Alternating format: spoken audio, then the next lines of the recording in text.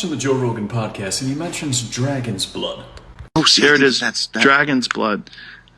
Sangre de Drago. Wow, Yeah, but is it good? you're Is it sourced well? right? It's probably made by.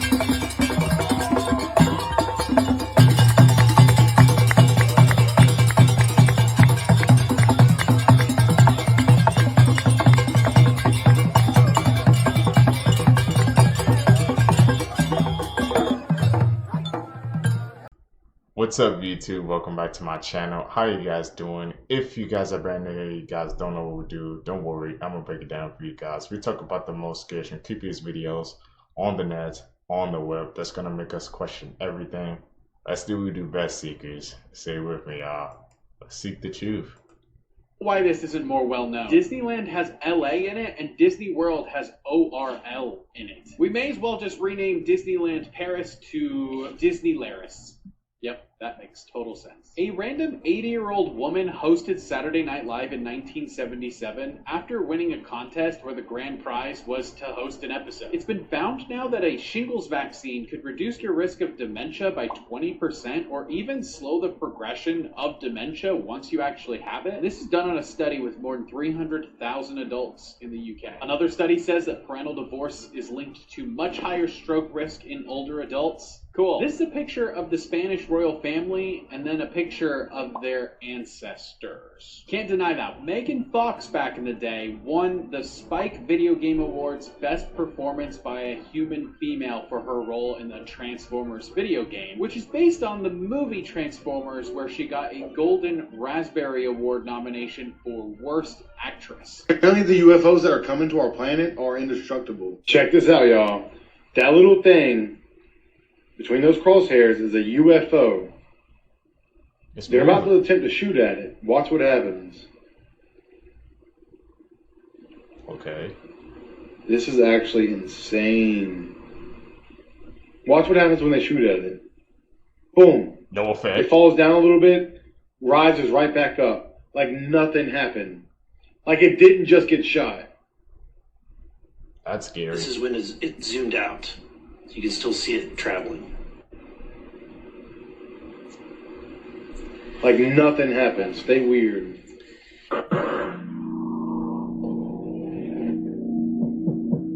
Bigfoot? Hell no. Nah, I won't forget. Check it out, family. I told y'all I was gonna get the video. Here we go. Check it out. Y'all let me know in the comment if y'all think this shit is cap or not. But this happened yesterday. This guy caught this dogman creature in his yard. He's in northeastern part of Iowa. He brave as fuck, because I would have skedaddled or it would have been in the upper room. But on no grave, y'all. Shit is crazy. 2026, man.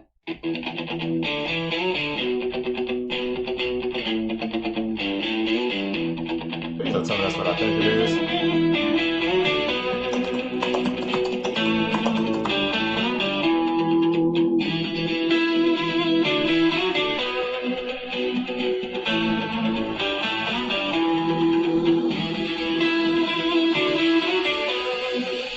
Oh, yeah.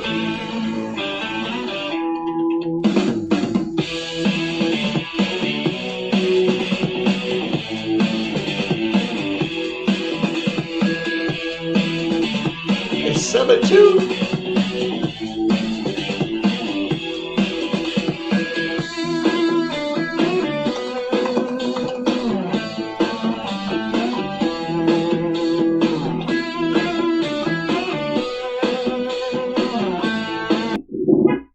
Y'all drinking coffee, bro? Tell me down below. Not I.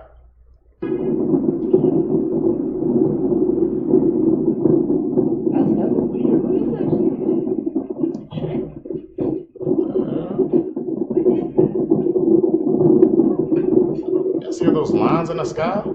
What's going on? Those trails, bro?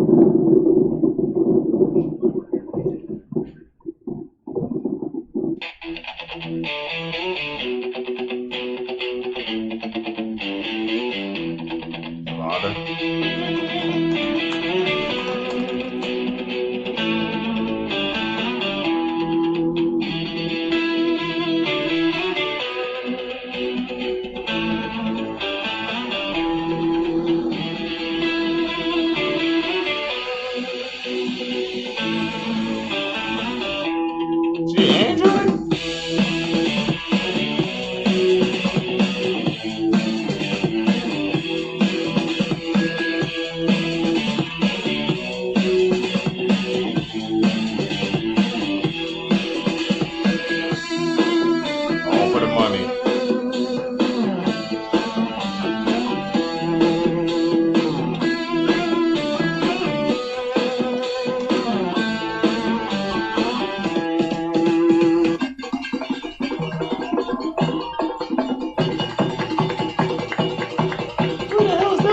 And this Spigo, they're doing this after too?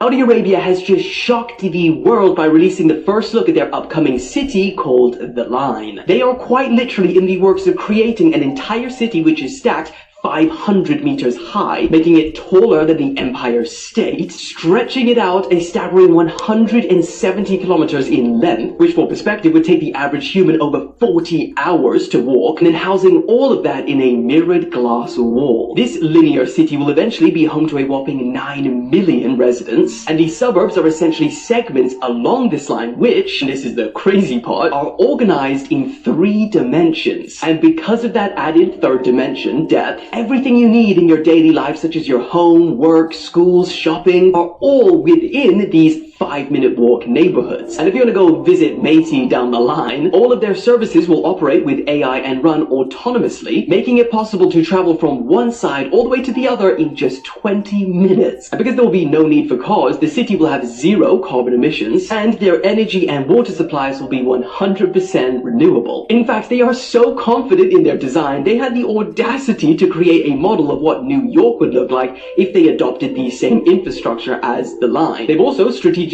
located this city so that 40% of the world can travel there in just a 6-hour flight, and is surrounded by both the ocean and mountains, giving the residents immediate access to nature. And just to make things even crazier, the Line is just one of the 3 projects that Saudi Arabia are working on, which of course I'll be making separate videos about. And while there's no official release date for when this could be complete, the Line is a large part of the country's Vision 2030 program. So the question is this somewhere you would want to live?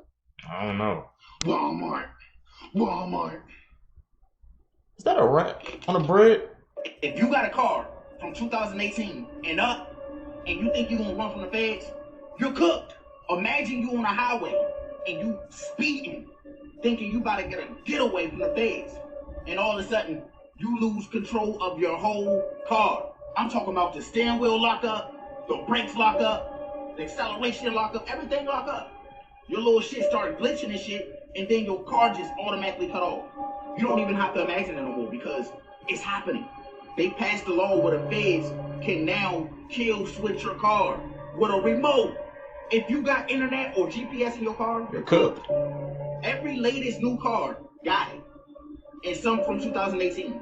If you got an old model 2018 with no GPS, which is very unlikely, then you may be good.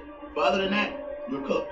This law got passed right under our nose. We was probably being distracted by some shit. Maybe the shit in Minneapolis. But now, this is at front and center. I hope y'all know that freedom of movement is about to be fucked. Do y'all know how crazy this shit is gonna be? That they're installing this shit on every car? Do you know hackers can probably do the same shit? Yeah. They don't be thinking about shit, bro. And as always, I need y'all thoughts down below in the comments. Do y'all think this is a good thing or a bad thing? The fact that nobody else is talking about it except him, man. Like, imagine if I didn't watch this clip, I wouldn't know what's going on, bro. You would think, like I said, that would be on the news and stuff, but it seems like we're distracted with the other things, man, that they just passed that bill right under our noses, bro. So they said any cars within 2018 or above, you get that kill switch, it's cooked for you, bro. I ain't gonna lie, man. How do you guys feel about that secret, bro? You trying to run it from the cops? It going well for you. Car going completely shut down, bro. That's a crazy bill that got passed on our noses. It makes me think what other bills got passed on our noses, man, but we just too distracted to notice. Right? The largest Zeppelin ever created went down in a ball of flames in 1937, and all of the passengers unfortunately perished. But in this timeline, they didn't perish.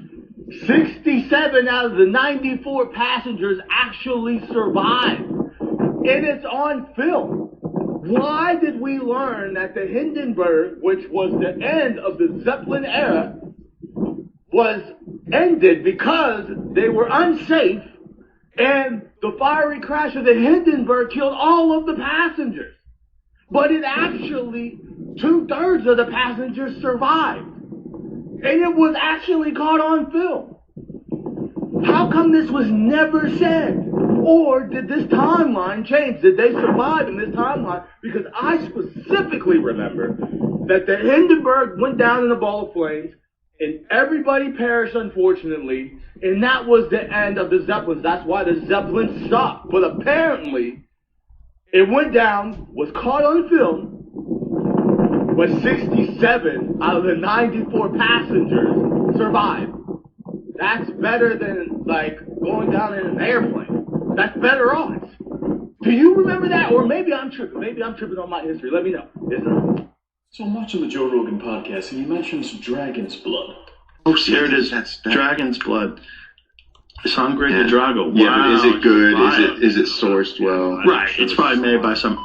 It's probably like 1%. The rest of it's corn syrup. I wonder if the internet showed myself on there. You know, I might be that guy. Who knows? But dragon's blood is very beneficial for detoxing, cleansing the system, pulling out heavy metals, healing eczema, regenerating the gums.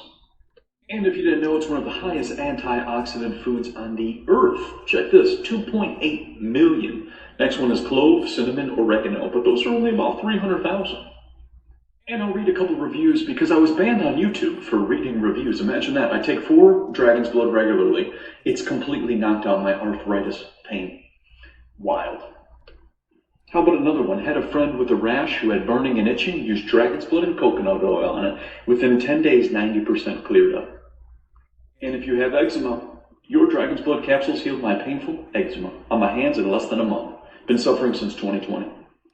And it gets deeper, you can give dragon's blood to your pets if they're having skin issues as well, hot spots. Also, if you got to regenerate the gums, dragon's blood as well, pulling heavy metals out, healing H. pylori, the list goes on. It's one of the safest superfoods on the earth. Look into it. This delivery. Okay, definitely got looking at that, bro. Dragon's blood. Any of the seekers ever take that before? Is it what I think it is, bro? It's implied to the name, or is it something else, bro? The driver just noticed something wrong and he recorded it. Y'all look at this. I'm at work. You can't tell me this ain't weird, bro. A lot of packages just piling up.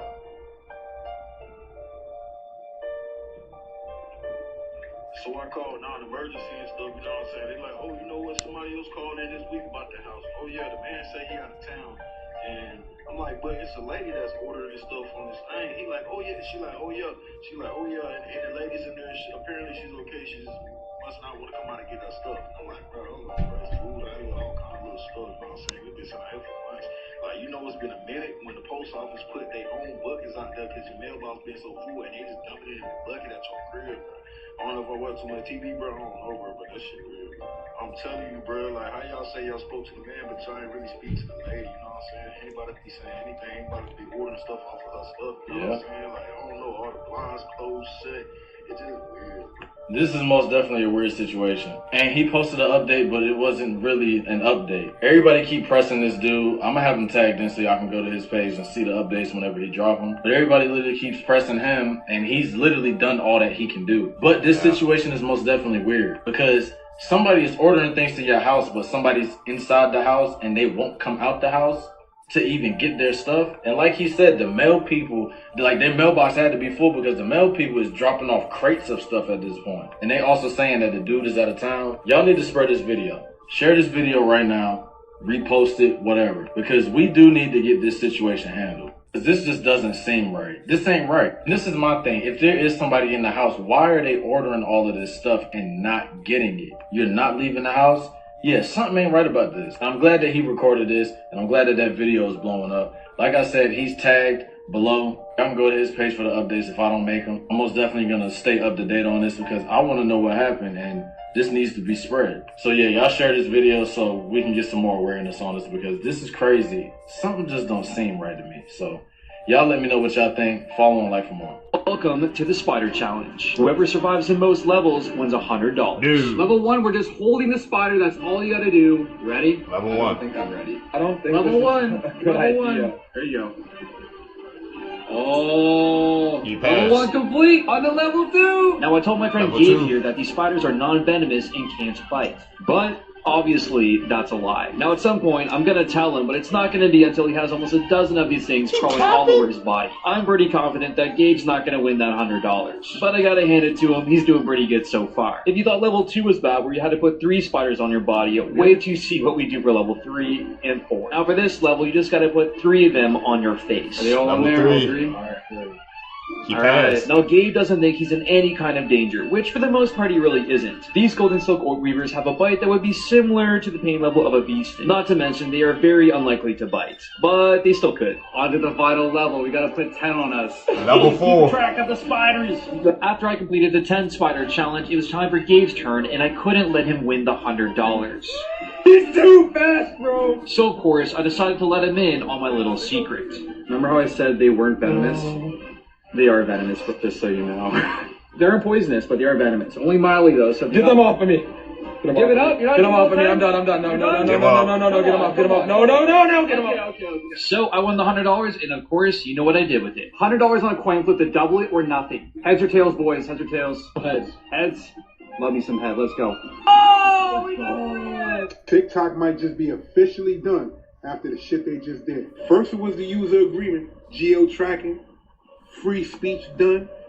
Now look at this shit. Now you know TikTok went dark for a few. Everybody's been saying they've been having problems with their app. FYP messing up and everything. If you say this man's name, you are definitely gonna get community guidelines violation. If you have videos on the platform about this man right here, they are taking your videos down.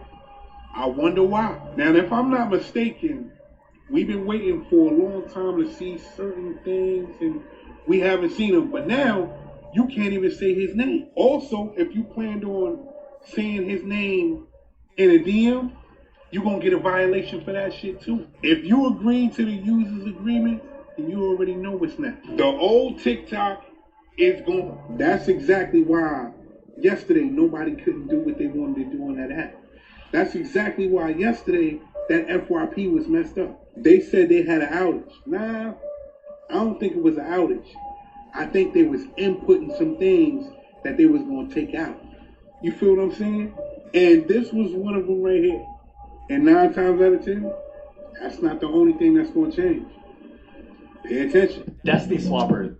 The TikTok situation is wild, bro. I heard, is it still down? I don't know if it's like it's down or still up for some people, bro. I never seen the new terms. I don't think I've agreed to it yet. But I just know the whole algorithm is freaking changed. It's shifted ever since they sold it. So I think it's gonna be a minute before TikTok is up and running smooth, but it's never gonna be the same again. That's just the truth. But we still seeking the truth out here, bro. If you touch your elbow on somebody, yeah. But there are actual Destiny Swappers that don't need the elbow. What do they do? There's 2 types of Destiny Swappers. The first one wants to be exactly like you, right? And listen. listen. So he'll try to play the long game. So he'll try to be your friend, take all your sauce, take all your outline, and eventually have so much knowledge that he just like defriends you because he has your sauce already. Who did this? Kim Kardashian and Paris Hilton. Kim Kardashian latched on to Paris Hilton until she got all that sauce and then was like, her own. Here's the time to blow up. I'm gonna do that whole tape. Yeah. To finally go. The other one, they don't want to be you. They want your lifestyle. Mm-hmm. And they'll get super close to your significant other, especially if your significant other is a provider. Once they see that opportunity where you guys are shaky, they'll try to scoop in for the opportunity to take that lifestyle. That girl? Oh, so she becomes the provider. Yeah. Yo, that's some culture. Yeah. Dangerous. You can't survive without protection. Holy. You can see that throughout Hollywood. Yo, Diddy did that. Yeah. Oh, yeah, straight up.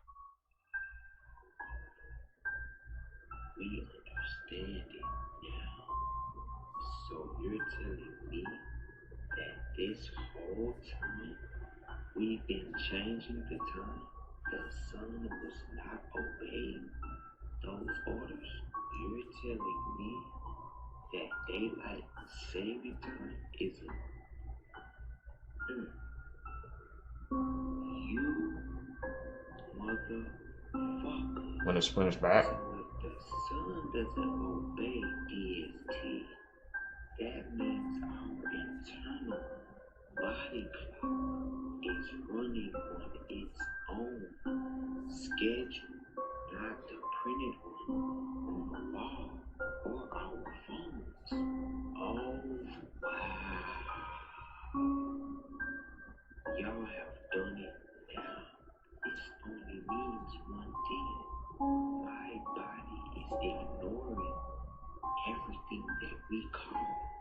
time, and it's been keeping the real clock internally all along, the one the sun set billions of years ago. Yo, somebody explain this to me right now, y'all, because I'm not comprehending. My brain is not comprehending. This right here is supposedly the thinnest building in the world, and it's in the Netherlands, y'all. Like, who's living in this? You're telling me a whole family living here? No way. Look at the boat passing by. How do you explain this, y'all? This is literally simulation vibes. Check this out. What is going on here? She starts speaking in Dutch, but... Look at this. Bro, there's a whole street behind this. There's a whole canal behind this. How do you explain this? Y'all ever heard of those cities? Like, I think they're ghost cities, where places where they just build it up to make it seem like people are there. It's almost like a movie set, you know? The lights aren't there, the windows aren't there, the buildings aren't there, but nobody's actually inside. And I ain't gonna cap to you, y'all. I believe we're all living in a situation like that. How we have ghost cities around us, like, and there's houses around us that nobody in there, and it just be empty. But how do you explain this, man? Let me know down in the comments below, y'all. The shift is here. Let's get. Imagine being licked by your dog and then losing all your limbs. That's exactly what happened to 54-year-old Marie Trainer when her dog licked her, and as a result, she had to get her arms and legs amputated. This all happened 4 days after she came back from the Caribbean. She began feeling sick, and at first she thought it was just the flu, but she was then rushed to the hospital when she noticed her arms and legs were turning black. Marie was then put in a 10-day coma, and it was discovered that she had an infection called capnocytophaga, which is a bacteria commonly found in dog saliva. So it's believed that Marie scratched herself on vacation, and when she came back home, her dog licked the scratch and infected her with the bacteria. Doctors say that this bacteria can be transmitted through a bite or sometimes just contact with saliva. 2025 Insane. just got even crazier. Part 44. Firstly, a Spirit Airlines flight from Philadelphia to San Juan, Puerto Rico has gone viral because of the radar map. It shows Spirit Airlines going through a Category 5 hurricane. Now I know this might look devastating, but if the pilot flies above it and knows what he's doing, it can be safe. Now, that's the spirit. Next, the animal rights organization PETA is calling out Nintendo to change the ring on the cow in Mario Kart World because they claim that the ring is a reminder of the industries that treat animals like profit-making machines and claim they want a redesign of the character. What do you all think about this? Finally, I am super sad I just missed this because China just had the first humanoid robot Olympics, officially known as the Humanoid Robot Games. And at this event, they had humanoid robots compete in games and in activities. And these robots came from 16 different countries around the world. Why did nobody tell me this was happening? Because this is amazing. It's crazy how far advanced our world is right now. We got first place. I just learned today. Apparently less than 10% of all plastic has ever actually been recycled. Orange chicken was invented at a Hawaiian Panda Express in 1987. Boeing once filled an airplane with potatoes to test its in-flight Wi-Fi because potatoes mimic the way humans absorb and reflect wireless signals. Sometimes I feel like a potato. I guess sun exposure can cause skin cancer, which is an obvious one, but it also reduces overall mortality rates, including from cancer. How? Apparently the population density of Manhattan is now 40% lower than it was in 1910, when it peaked at 2.2 million residents. That's a lot of people back then. Now it only has 1.6. Also, Central Park is only the 6th biggest park in New York City. That one blows my mind. Apparently Burger King is not allowed to use the name Burger King in Mattoon, Illinois, because there is a restaurant there already protected, as they made the name a state trademark in 1959 and have defended it in court against Burger King. Blood-curdling facts that will make your skin crawl. Let's go. People in ancient times used to believe that if you drank the blood of a fallen warrior, you would absorb their power. Tarantulas are said to taste like shrimp. Polar bears are known to be the only animal to hunt down and track humans. Scorpions can hold their breath underwater for 6 days. Your body produces a cancerous cell every 30 minutes. If you try to suppress a sneeze, there's a chance that a blood vessel in your head will burst and you'll die. A cockroach can live without its head for 9 days before it dies of starvation. If you learned something, leave a like and maybe even follow.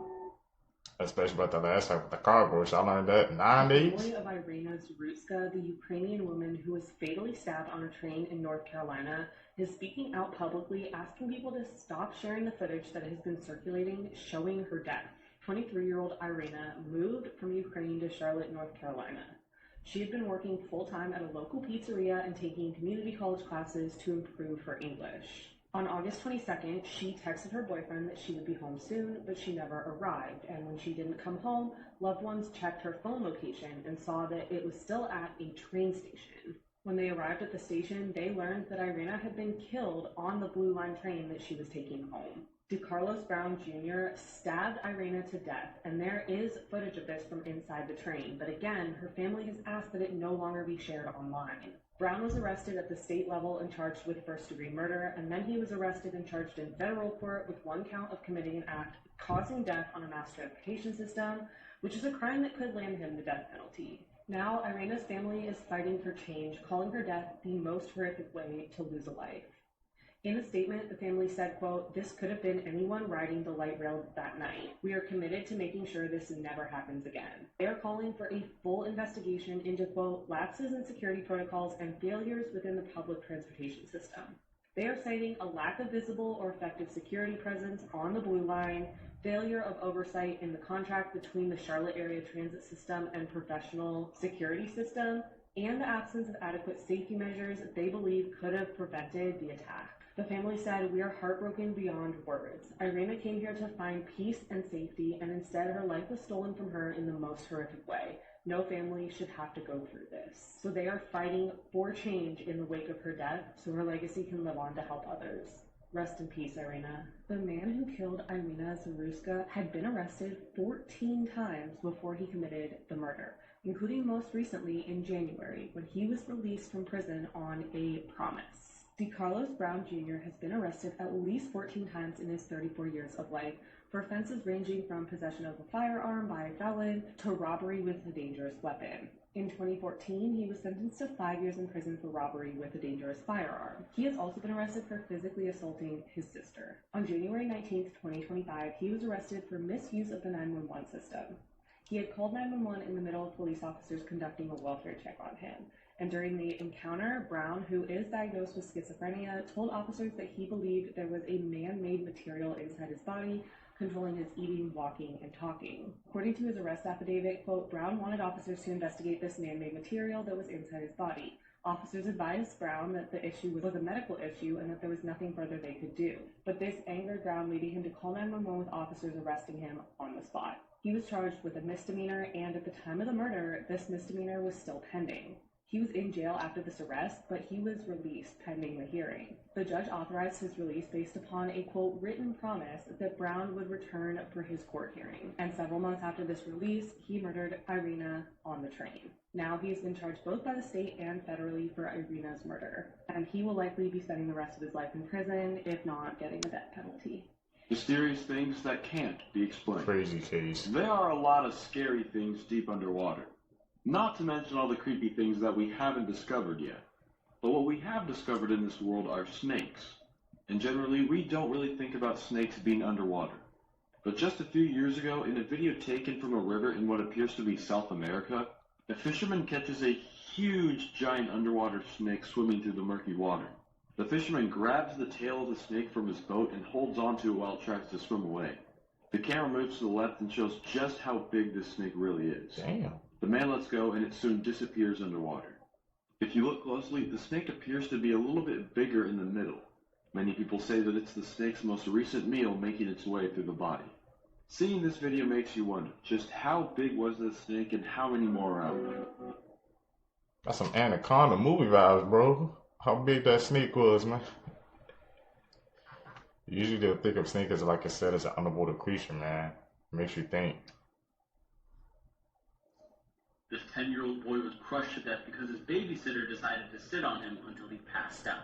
The boy was about 90 pounds. The babysitter is about 340, so obviously that's going to cause some damage to a child. Jennifer Wilson also told police that she thought the boy was faking it, but then she realized he stopped moving and his eyelids were unusually pale. Now, first and foremost, no body shaming here, but obviously if you're a heavier person sitting on a kid, that's going to cause some damage. Even someone at a lower weight, like 180, 170 pounds, sitting on a kid would do some damage to them like this. Child Services had actually assigned her to him about 1 month earlier. The Ring camera doorbell footage showed her sitting on his head and neck, and you can hear his cries fading and fading. He's like thrashing and screaming around, but it starts to fade more. After she realizes what she's done, she told the other foster kids to call 911. She has 3 other adopted foster kids living with her. She also told police that she was sitting on him because he was misbehaving. He had run over to a neighbor's house earlier and gone missing. She had to go find him.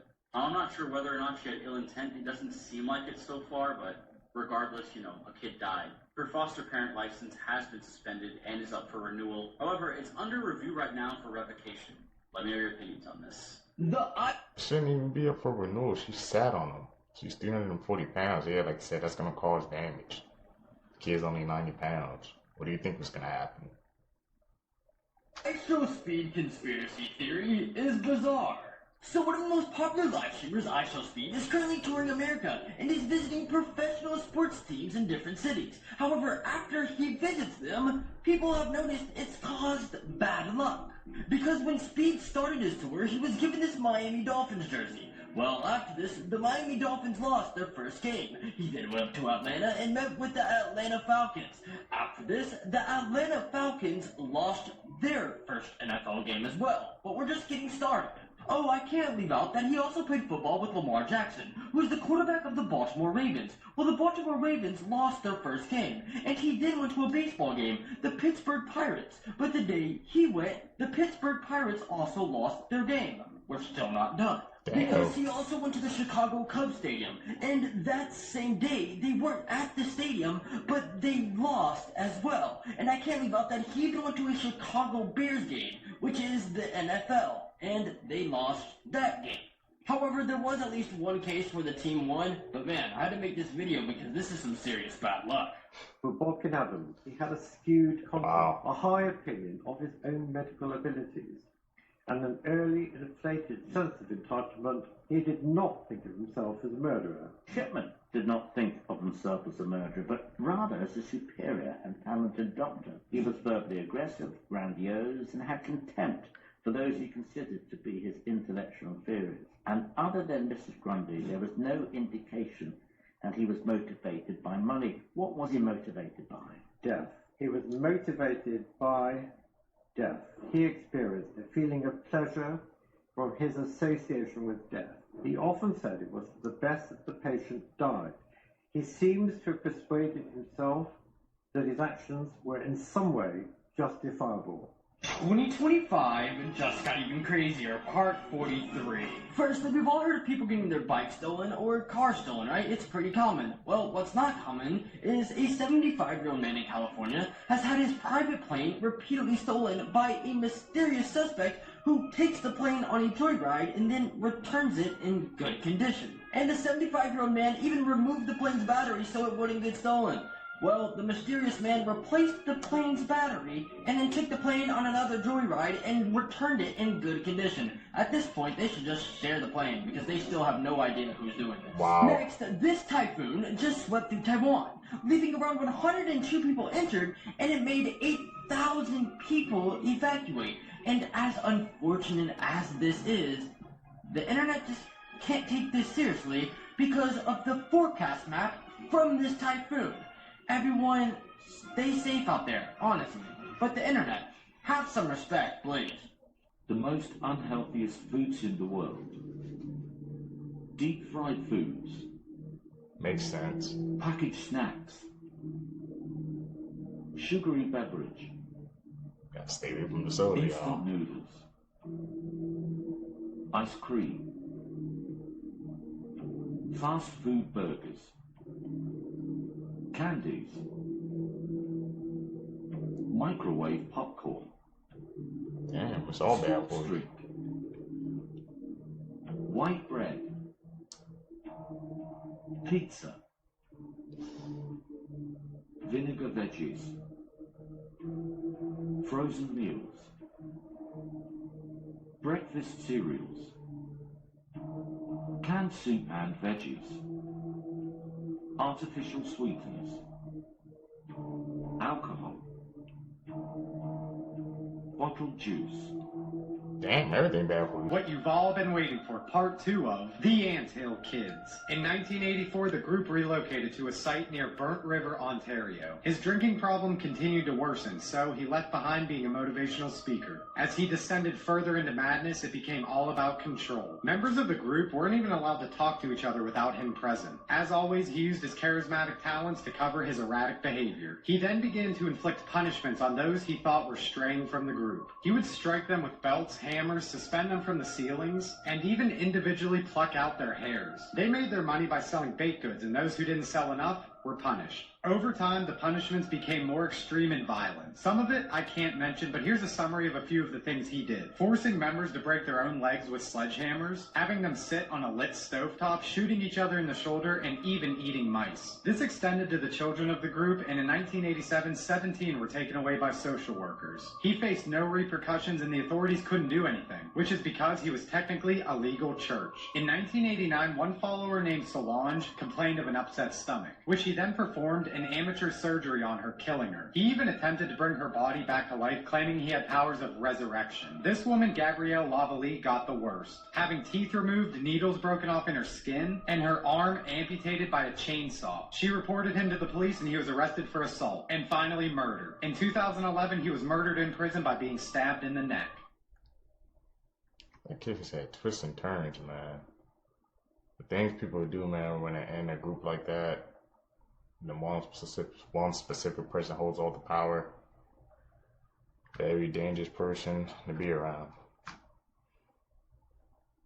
The walking statue of Augusta Bittner. This one is quite a cool Pennsylvania legend. The statue is located here in the Lancaster Cemetery, and it supposedly walks around. She died in 1906 at the young age of only 22. And there are so many different stories of how she died, from tripping on her wedding dress and breaking her neck, to even being murdered by her husband. I've even heard that she died during childbirth and haunts the cemetery looking for her baby. Either way, there are so many stories of people claiming to see the statue walking around, spirits roaming around, and even tears running down the statue's face. Let's make a deal. You get this video 350k likes, I will live stream at the Lancaster Cemetery and we'll look for the statue. Y'all ain't gonna do it. I need to see if you get that goal. What Jesus looked like in different world cultures. America.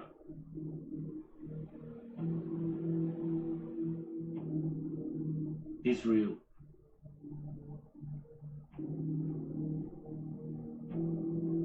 China.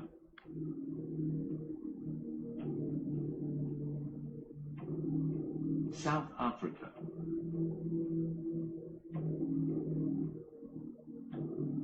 Japan. Interesting seeing everybody's different points of views. Ethiopia.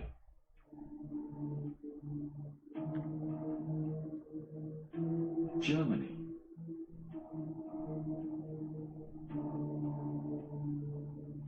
Mexico.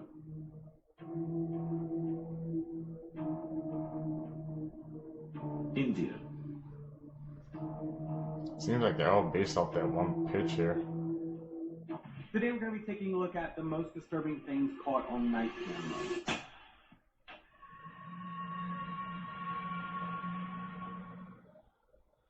Now on Reddit, users will share their recordings of their night camera capturing what they think is either paranormal activity or some other unusual occurrence. And today we're going to be taking a look at these, and at the end we're going to be determining which ones are real or fake. The one at the very end is the scariest. I'm going to be looking at my screen because I'm going to be reacting to this video live with you guys. Okay, weird object knocks out a man. So this happened a few days ago in my hometown in Colombia. A real fast and strange object knocked a man down to the floor through the stairs. He had 24 stitches at the hospital. Alright, let's take a look at this. Looks like he's going upstairs somewhere. Like this looks like the front yard, maybe the backyard or something. The front yard. Okay, where'd he go? I don't see him, he's out the I don't front. see any orbs or anything. Oh. What just happened? That looks like an edit. I'm gonna have to call a cop on that Oh my one. god. Are those the neighbors that just heard him fall?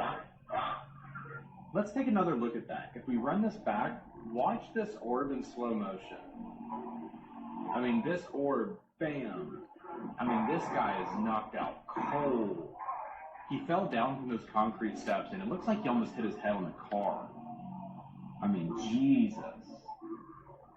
What do the comments say about this? It was just something tied to the door to hold it open. If you watch the door, starts to close right before it happened. Was this the door? Yeah, I have no idea. What do you guys think about that one? Okay, this next one is titled, I am on a trip and just saw this on our camera, and I'm slightly freaked out. Some context. We went on a cruise and set up a camera to watch our cats while we were away. We were just watching a few recordings and saw this happen to our pillows, and we have a third cat, but we don't think this was her. What are your thoughts here? Alright, let's take a look at this video. Okay, so we got some sweet kittens playing on the bed. Looking at...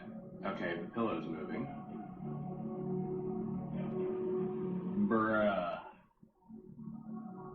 Yeah, no way. No way. Nope. Dude, I'm sorry, but these people setting up these night cameras in front of their bed are psychotic. If I'm on a cruise and my cats are on a bed and I just saw my own pillow get flipped over from nothing, I am going to get off of that cruise ship and go home. There's no way I'm leaving my cats there. Okay, this one is my personal favorite. This one is titled, Ghost Child Caught on Camera. A little backstory. My husband's best friend used to live in the house in the video. He caught some crazy orb-ring camera videos and always felt something was in the house. He ended up getting a divorce and sold the house. A couple months ago, after the new owners moved in, an old neighbor got a hold of my husband's friend and told him that the new owners wanted to know if he had ever had any paranormal activity when he lived there. They sent him this video they had caught in their living room, and he sent them his orb videos. The family was not home when this video was captured. The family does have children, but again, no one was home. The couple who captured this video are getting a divorce, and the house is back on the market. To me, the child in this video looks and sounds like a little girl saying, help. Thoughts? Let's watch it. So this is a 3-second clip, and look at the upstairs. Bro, I just got chills all over my body. Look at the upstairs. There is something just running.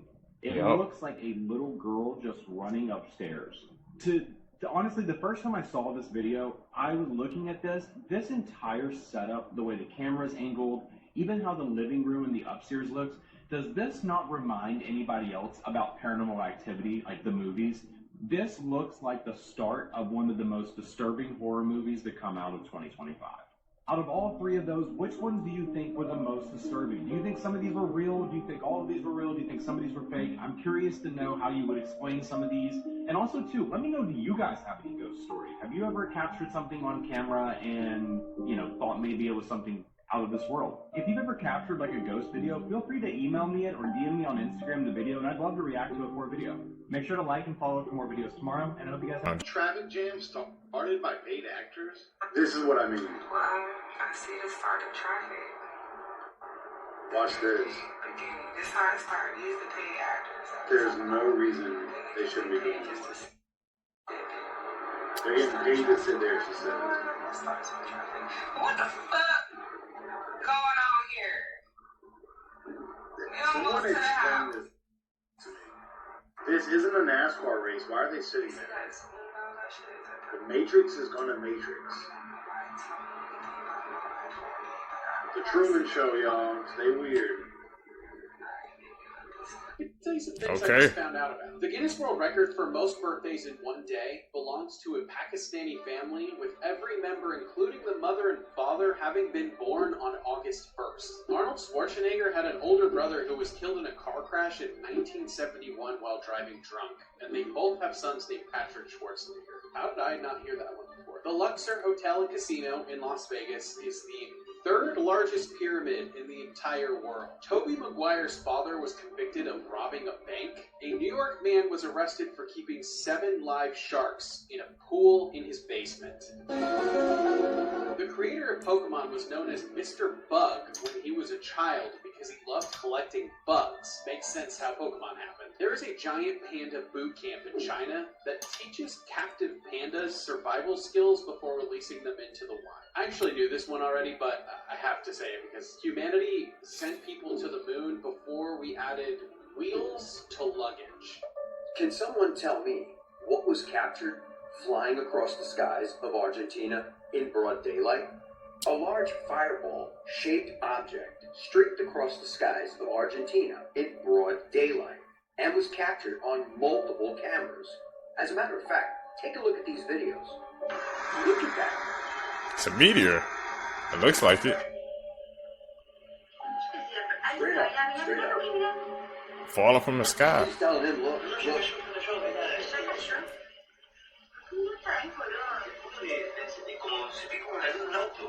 When the video first starts, because it's so fast, it starts off just like this. And then, watch what it does. It actually gets brighter, as if it's igniting something to go faster. As a matter of fact, take one more look at it and watch how it lights up the sky as it shoots across. Look at that. After watching it again, what are your thoughts as to what you think that is?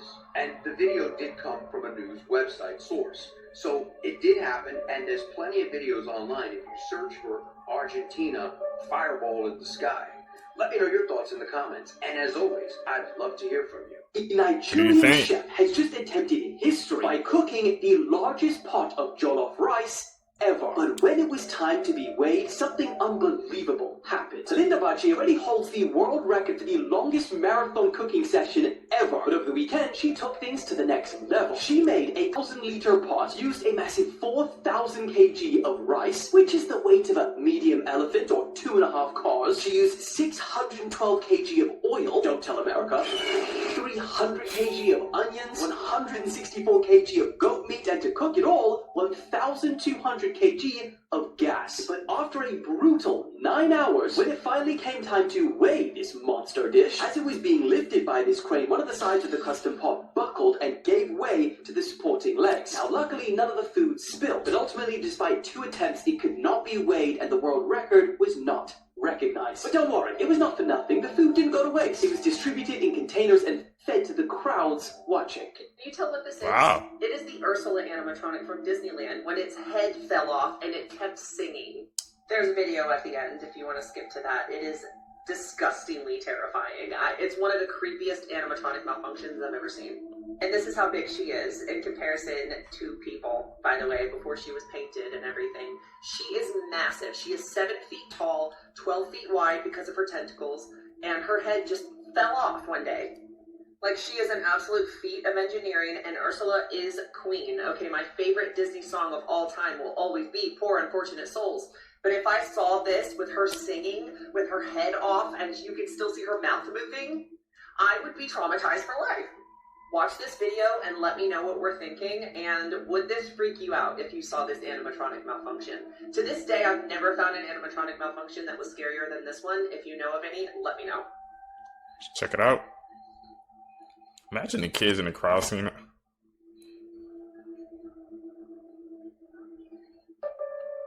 Ain't no way this is Zac Efron, y'all. There's no fucking way. What the happened to Zac Efron, y'all? Am I lost? This is Zac Efron? This is clone. In 2025? This man look like Efron Zac. So y'all telling me right now that this is the same person that played in High School Musical, Zac Efron. This was a couple years ago. So how the hell he go from this to this? I don't know. It looked like on this picture he was swimming with the puffer fish. Nah, y'all, I'm being dead ass serious. What the be going on in Hollywood, y'all? They said right here was in 2021. Right here is 2025. When he had a daddy makeover? Big difference. Did he even got kids?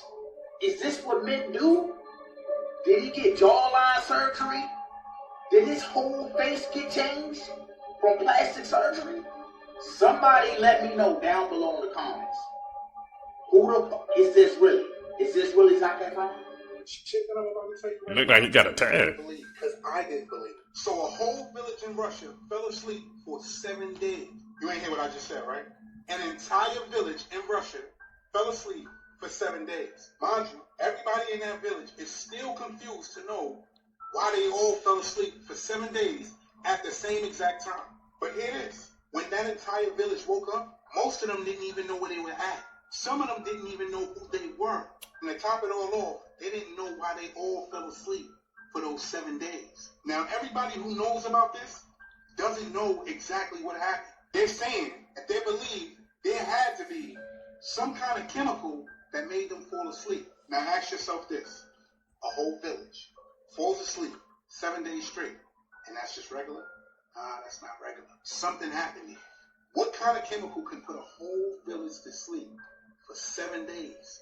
That chemical had to be strong as hell. You even have people saying it could have been something paranormal. A lot of other people were saying that they might have been running the test to see exactly how people would react and respond if something like this happened. I guess they got their answers. Whatever it is, it's dangerous. You see that a whole village fell asleep for 7 days. If whatever chemical or whatever they did was unleashed fully, they might not have woken up. Here's some of the creepiest ads that have ever aired. This ad was aired on August 1st, 2012, and was meant to spread awareness of the company Little Baby's Ice Cream, but it ended up spreading fear instead. If the visuals of the supposed ice cream man eating itself isn't enough to disturb you, the raspy voice of the narrator will. I eat Little Baby's ice cream. It keeps me young. It keeps me light on my feet. Throughout this ad, the narrator tells you all the good things that will happen to you if you eat their ice cream. And the narrator finishes it off with their disturbing slogan. Ice cream is a feeling. That ain't no damn ice cream. Pilates is demonic. Pilates was created in the 1920s by Joseph Pilates. He was a sickly man who healed his body through exercise. He taught his first method in New York City in 1926. On the surface, it seemed innocent, but there's actually a little more that you might not know. 4 years after starting Pilates, Joseph actually joined the Freemasons in 1930. The Freemasons are a secret brotherhood that's been whispered about for centuries. It's said to quietly pull the strings of everyone powerful behind the scenes. While his exercise has nothing to do with the Freemasons specifically, his membership connects him to a society that some Christians view as spiritually concerning. It's not Pilates itself, but the history raises a lot of questions. Joseph had studied yoga, Zen Buddhism, and other Eastern disciplines. This shaped his method's focus on mindfulness, breathing, and mind and body connection. So the movements themselves are not inherently evil. That's not what I'm saying. But the philosophies behind them are what Christians are very concerned about. They consider your mind and your body to be connected. And so when you're practicing these movements that have been influenced by things outside of your faith, by like philosophies and ideas and ways of life that you aren't familiar with, they believe that this can have an influence on you, like because it came from like other sorts of spiritual origins. So let me know if you think Pilates is demonic, and follow for more. What do you think, Seekers? World War II, they did an insane amount of nuclear blowing up nukes. They used a lot of soldiers for experiments to like on ships like in the ocean. So they would be on a ship in the ocean and they would set off a nuke and they would say, okay, now cover your eyes with your hands. And they said with the brightness and radiation that these nukes put off, they said they could literally see their bones through their skin. And one guy said, talking to the interviewer, if the bomb were to blow up behind you, now staring at you, he said, I could see every bone in your body. What kind of cancers do these men have today? I don't know, they're all old dudes, so they're probably all like super young. That's crazy. Yeah. It's like literally holding like a flashlight or something kind of similar, but just fully But he said you would do transparent. this and you would see your bones in your hands. Tan line would be crazy. Just If you think of like nuclear testing videos, we have a ton from like the 1900s. Why don't we have any new footage? Because I think we don't really test them all much. I think something was passed where you're not allowed to necessarily set them off anymore. You have to test what you're building or testing. Maybe you can test the components. Yeah. So just imagine Scary. you face a team with ratatouille marinating in it. This has to be on a whole different level of diabolicalism. How did Lil Squeak even fit inside of the kid to begin with? And it's like we can't go to the grocery store, we can't trust fast food, because of shit like this keep happening. Because at that point, you either have to sue them or call up your YNs and go bump down on the headquarters. And you could tell by the tea that the rat enhanced the flavor. Went from a sweet tea to a Master Shifu tea. Yeah, like the Ninja Turtles' daddy. And I just know that she knew that it tasted extra squeaky. And what makes this worse is this ain't the first time Lil Ratatouille has been found inside of a can. They even popping up in people's energy drink. You think you quench your thirst, instead you gulp a bunch of rat sweat? To me, that's a reasonable crash out. But I'm curious, y'all let me know what y'all would have did if y'all found a little squeaker inside of your drink in the comments. Like and follow for more wisdom and stay tuned. And remember, if you want to learn how you can turn your social media into printing you money just by posting videos, comment down below ATM. I'm gonna send it in the DM. Be careful what you drink. Oh, I didn't. But someone told me about it. So he had like a witch on stream, and he went to go visit her place, and they were doing a whole bunch of rituals and stuff, and he started getting really sketched out. I'm kind of scared. The theory was that people were saying that he felt as if she was taking something from him. Oh, yeah, like spiritually, and it was affecting him in that moment. So what happened was they were in the middle of something, and then he started feeling something off. Like, I need this thing for my stream. I'll be right back, okay? And he looks at the camera, he goes, pause, hurry, mute, and then just walks away, and then just leave. Mute. They don't even say bye to the lady, nothing, and now just get out of there. Because people are saying that she was trying to curse him or do some rituals that he felt were really, really wrong to him. This robot is the first humanoid that never needs to stop working because it changes its own batteries autonomously. UV Tech Walker S2 weighs 95 pounds and can detect when its battery is running low, walk to a charging station, and swap its own battery pack in under 3 minutes without any human help. The robot uses both arms to remove the depleted battery from its upper back, place it in the charging dock, grab a fresh battery, and install it perfectly while continuing to operate on its backup power. This breakthrough eliminates the last major bottleneck requiring human intervention in robotic operations, enabling true 24/7 autonomous factory work without any downtime or human oversight. Chinese robotics companies are now competing directly with Tesla, Boston Dynamics, and other American firms by deploying robots that can maintain themselves indefinitely in industrial environments. Factories could operate completely autonomously with robots that work continuously, never get tired, never make mistakes, and never need human assistance. Walker S2 is already being tested in real factory environments where it performs complex tasks while managing its own power needs like a completely self-sufficient worker.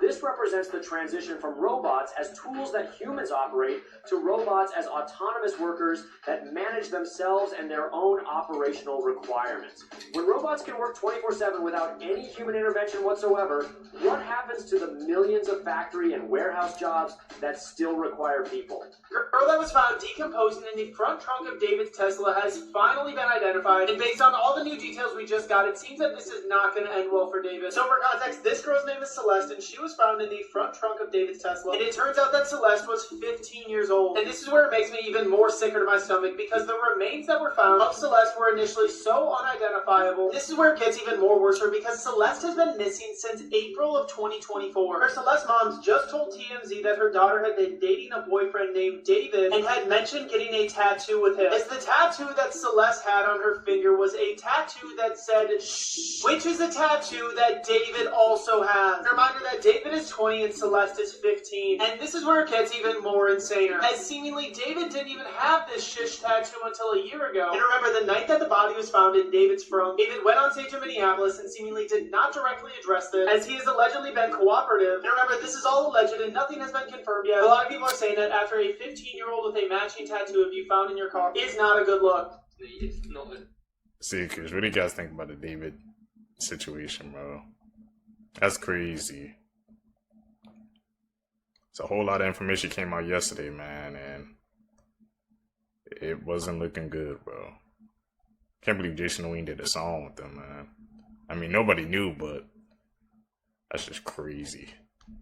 As you might think. For years, Disney's been accused of hiding adult subliminal jokes in their movies. This one, boys, is actually true. Actual Disney animators have admitted that they slip subtle jokes in for the parents when creating these movies, as they know the kids won't get it or understand it anyway, but it just actually makes it a little bit more enjoyable for the parents who are watching it. For instance, the priest in The Little Mermaid looking just a little bit too happy. And one of the craziest ones you probably haven't seen before, in Zootopia, there's a Breaking Bad parodying reference. The sheep villains run a you-know-what lab, creating the blue stuff, and they're both named Walt and Jesse. So Disney do hide these things in their movie, but once you see them, you definitely can't unsee them. But this one most definitely is a truth. Jersey just legalized compost made of human remains.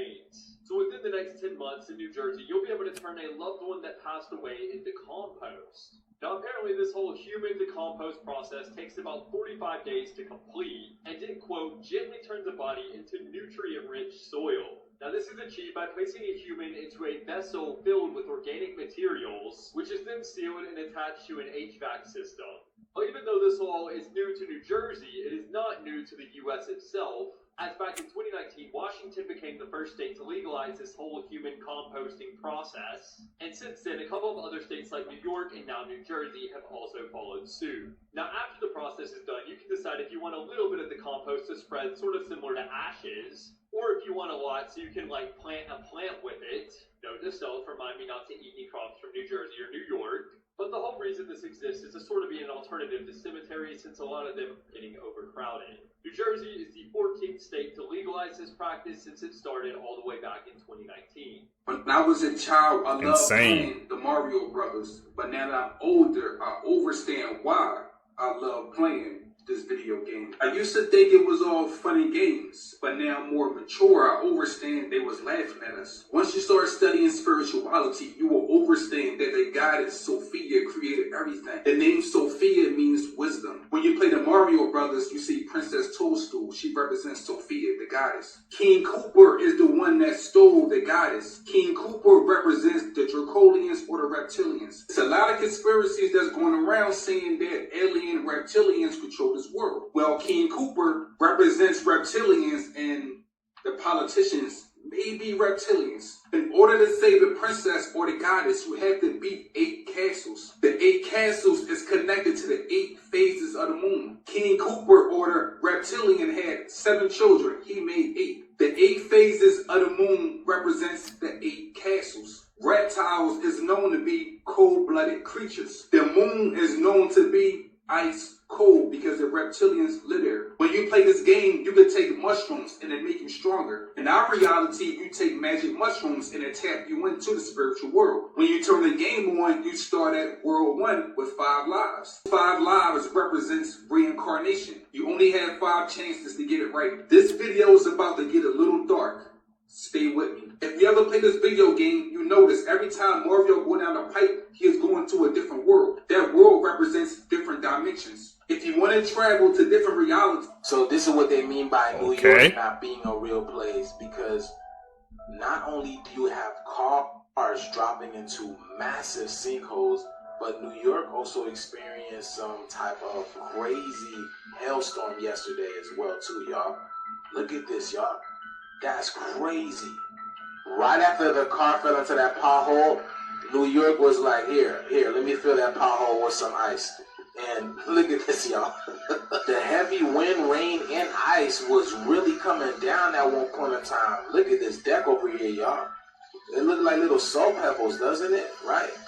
The earth is being salted right now, man. The season is here. That's crazy. It seems that New York is definitely doing its part out in the Matrix. This hailstorm caused some significant damage to some cars. New York has also been getting tornado warnings. This wasn't a tornado that would knock down the tree, but this hailstorm was accompanied with heavy winds, and it was knocking down trees onto the ground.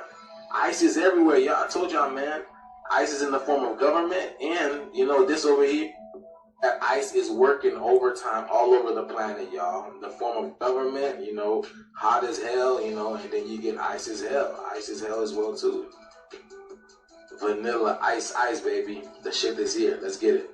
Why you should never do this. This is 17-year-old Michael Dumas. He was on a church trip to Florida with some of his friends. While on this trip, they went to Pompano Beach, and he would be buried in the sand as you see here. He'd soon be unburied and all would be well until later that night when he would wake up in the middle of the night and be itching like crazy and sweating. At first, this would be labeled as an ear infection and he would be sent home with drops, but it would soon be obvious that that's not what it was, as he started to develop these raised, bumpy rashes. And he became pretty lethargic, just wanting to sleep all the time. It got even worse to the point where he was having these big, nasty blisters. And that's when he'd finally be diagnosed with cutaneous larva migrans, which is pretty much dog or cat hookworm. So pretty much these work by the dog or the cat pooping in the sand and contaminating it, and then not long after, these microscopic larvae hatch, and then you step in this contaminated sand and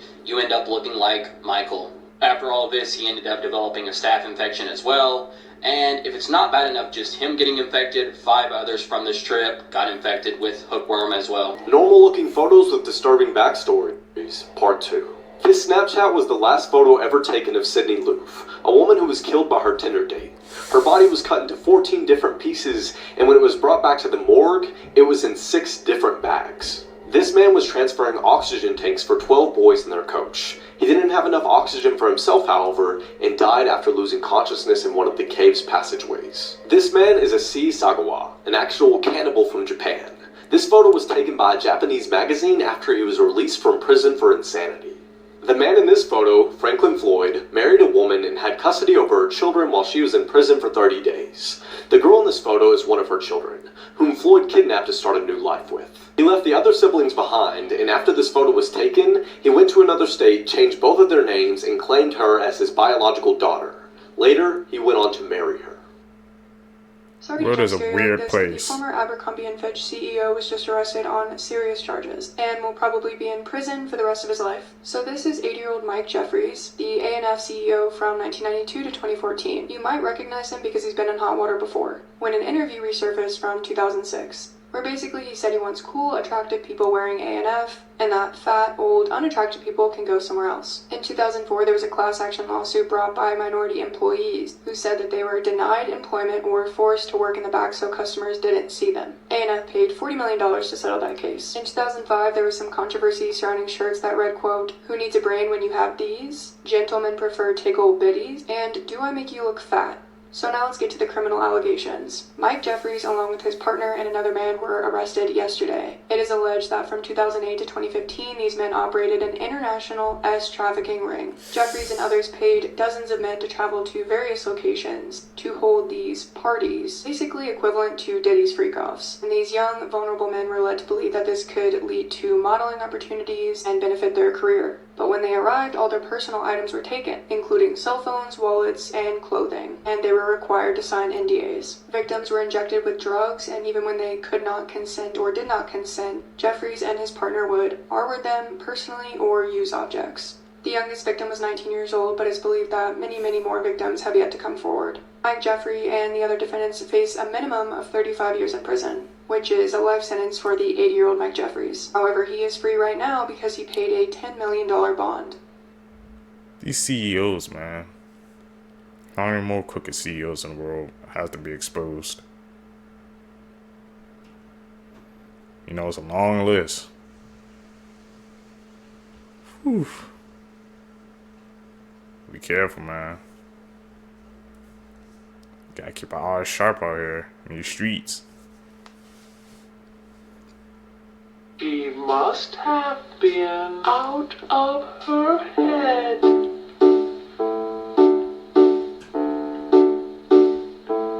Not long after this woman vanished, all hell broke loose. Hi, my name is Ethan, and here's everything you need to know in under 1 minute. 35-year-old Crystal Rogers was living with her boyfriend Brooks Huck and her children. On July 3rd, 2015, Brooks woke up and noticed that Crystal wasn't in bed and her car wasn't in the driveway. 2 days had gone by and no word from Crystal was given, until they found her car parked alongside the Bluegrass Parkway with a flat tire, the keys in ignition, and purse and phone in the passenger seat. Almost immediately, Crystal's family suspected her boyfriend Brooks. What's interesting is 16 months later, Crystal's father, Tommy Ballard, was hunting where an unknown subject fired a shot, hitting and unaliving him. Police are still looking for Crystal and also who unalived her father, and they believe the two cases are connected. What do you guys think, Seekers? Weirdest kid toys ever, part 24. So next up we got some bubbles. And it's like a sword. You dip it in like the thing with all the bubble solution crap, and then blah blah blah, you blow your bubbles. But if you take a nice close look at the thing that holds the bubbles, it looks like a nice old dude. This is why I would never understand fraternities or hazing or anything of that nature. This guy right here, his name was Danny, and he was 18 years old, attending the University of Missouri, not knowing that this one particular fraternity hazing event would lead to his life being forever changed. Now this happened in 2021, and he was forced to drink 1 liter of vodka by himself, and he was seen on CCTV footage being carried downstairs. This had happened after he was being forced to go into a thing of broken glass, leaving him basically in crutches. But this particular evening, he was caught on CCTV footage being carried around onto a couch on CCTV footage, and then he was being dragged into a car, and I think he fell out the car at one point, and then he was taken to the hospital. At this point, he was already in cardiac arrest by the time he had got to the hospital. He was in a coma for a long time. He finally was able to get out of the coma. Unfortunately, he lost his ability to see, brain function, and this is him now, y'all. This is so sad. Please do not let fraternity, hazing, or any of that kind of stuff affect your life, because this is crazy to me. Like, this is not hazing, this is torture. Creepy games from... She was spitting facts, man. Like I said, some of those hazings, they're not even hazing. They just shit seems like it's a torture scheme. Like, people trying to do that to fit and be cool, man. I'm cool off that. When it gets too extreme, y'all got that. I'm out. I'm my own person, man. I'm not going through all that crazy crap just so a bunch of people I know can accept me. If you can't accept me for who I am, why would I want to be friends with you? From around the world, part 1. South Korea's The Elevator Game, which will supposedly take you to a whole nother dimension. The only thing you need for this game is an elevator, a building with 10 floors, and to be alone. So get in the elevator on the 1st floor, then push the 4th floor. Once you get to the 4th floor, don't get out. Push the 2nd floor. Once you get to the 2nd floor, push the 6th floor. Once you get to the 6th floor, push the 2nd floor. Once you get to the 2nd floor, push the 10th floor. Once you get to the 10th floor, push the 5th floor. That's when a woman may enter. Don't look at her, don't talk to her. Then push the 1st floor. If you start going up to the 10th floor, then you know it worked. Once you get to the 10th floor and get out, the woman may ask you, where are you going? Don't answer, but you'll know you've made it there because you're the only living thing there. But the hardest part isn't getting there, it's getting back. Imagine dropping your child at school. I won't be playing that. Day like any other. But instead of being called to pick her up, you're called to pick up her body. Here's what we know. On Wednesday, the 7th of August, after failing to return home after school, 16-year-old Devaney Null was reported missing. After a later police search of the Overberg High School premises, however, her body was discovered in a storage room. In the aftermath of the disturbing discovery, the school has been closed today, the 8th of August, and counseling services have been offered to both students as well as their parents. A murder case has also been opened, and the investigation has been transferred to the Provincial Serious and Violent Crimes Team. Anyone with information about the crime can contact Investigating Officer Leon, or alternatively the Crime Stop hotline. As always, I'll be sure to keep you updated. As the renewed search for the missing Beaumont children reached its 4th day today, the brothers who said the prime suspect hired them to dig a grave-like hole at the site in 1966 have come to assist. So in 1966, Robin and David Harkin were paid by the prime suspect in the case, Harry Phipps, to dig a grave-like hole at the former Castlereagh factory that's southwest of Adelaide, not far from the beach where the Beaumont children disappeared, and this happened only days after the children went missing. The Harkin brothers were boys at the time, and they didn't really think anything of it until 2013 when a documentary featuring the missing Beaumont children was aired, and it discussed Harry Phipps as a potential suspect. Phipps didn't become a serious suspect until 2004 when he passed away and his son Hayden made allegations about him and about the day the Beaumont children disappeared. So when the brothers saw this documentary talking about the children and Harry Phipps, they recalled this hole that he paid them to dig just days after the children went missing. Over the years, there have been a few searches at this property, but to no avail. But on Saturday, an excavation of the property was organized by independent MP Frank Pangalo. This new dig is taking place before the government-owned land is sold to developers, and it is due to stop on March 1st. Pangalo said this new search is far more intensive than previous digs by police of the same site. Earlier this week, they discovered a hardened slab that was buried deep beneath the dirt that had never been found before. And then on day 4, the Harkin brothers arrived to assist. Pangalo said the information provided by the Harkin brothers has changed the direction of the dig, saying, quote, "The brothers were able to pinpoint the position they thought they had dug the hole. They provided a lot of useful information. They've given us a lot more clarity on where to dig. This dig is only set to continue through this weekend, so hopefully something is found and the Beaumont children can finally be found and their family and the community can finally have answers about what happened to them." Justice for them. The couple behind me are 38-year-old Crystal Turner and 24-year-old Caitlin Schultz. They were a married couple who absolutely loved camping and spending time in the outdoors, but the pair were last seen alive on the 13th of August 2021. They were last seen at a bar in Morb at 9:30 that night. Witnesses who had seen them at the bar claimed that nobody had followed them out that night. After no one had heard from the pair for a few days, Cailin's father contacted a friend who lived in the area where they were camping. And the father had said down the phone to Cailin's friend that Cailin and Crystal were a little bit concerned about a creeper dude that had been near their campsite. So the friend went to their campsite in the Las Sal Mountains, I'm sorry if I mispronounced that. And this was on August 18th, 2021, so a couple of days after they'd last been heard from.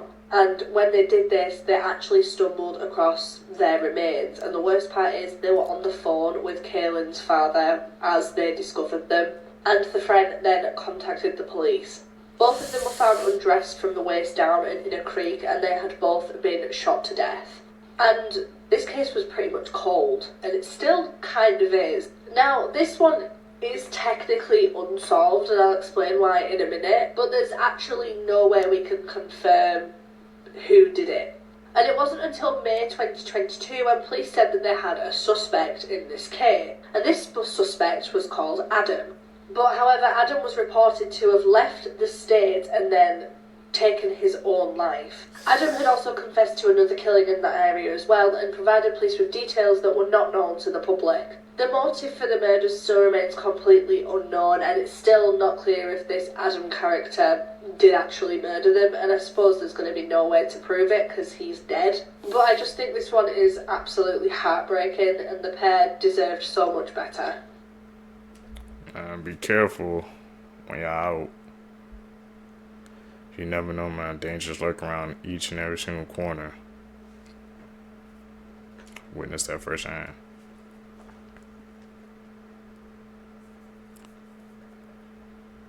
You know,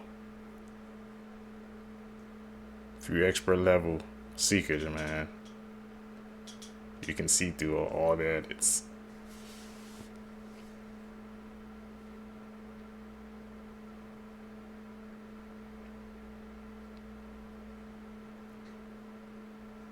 y'all, the Watts house has to be haunted, because tell me why the new owners of the Watts house are getting a divorce, and allegedly the dad, the husband, put his hands, or was some type of DV situation, or whatever the case may be, towards the wife. This is crazy. So basically the Watts house was put on the market after Shanann, Bella, and Cece were unalived by Chris Watts.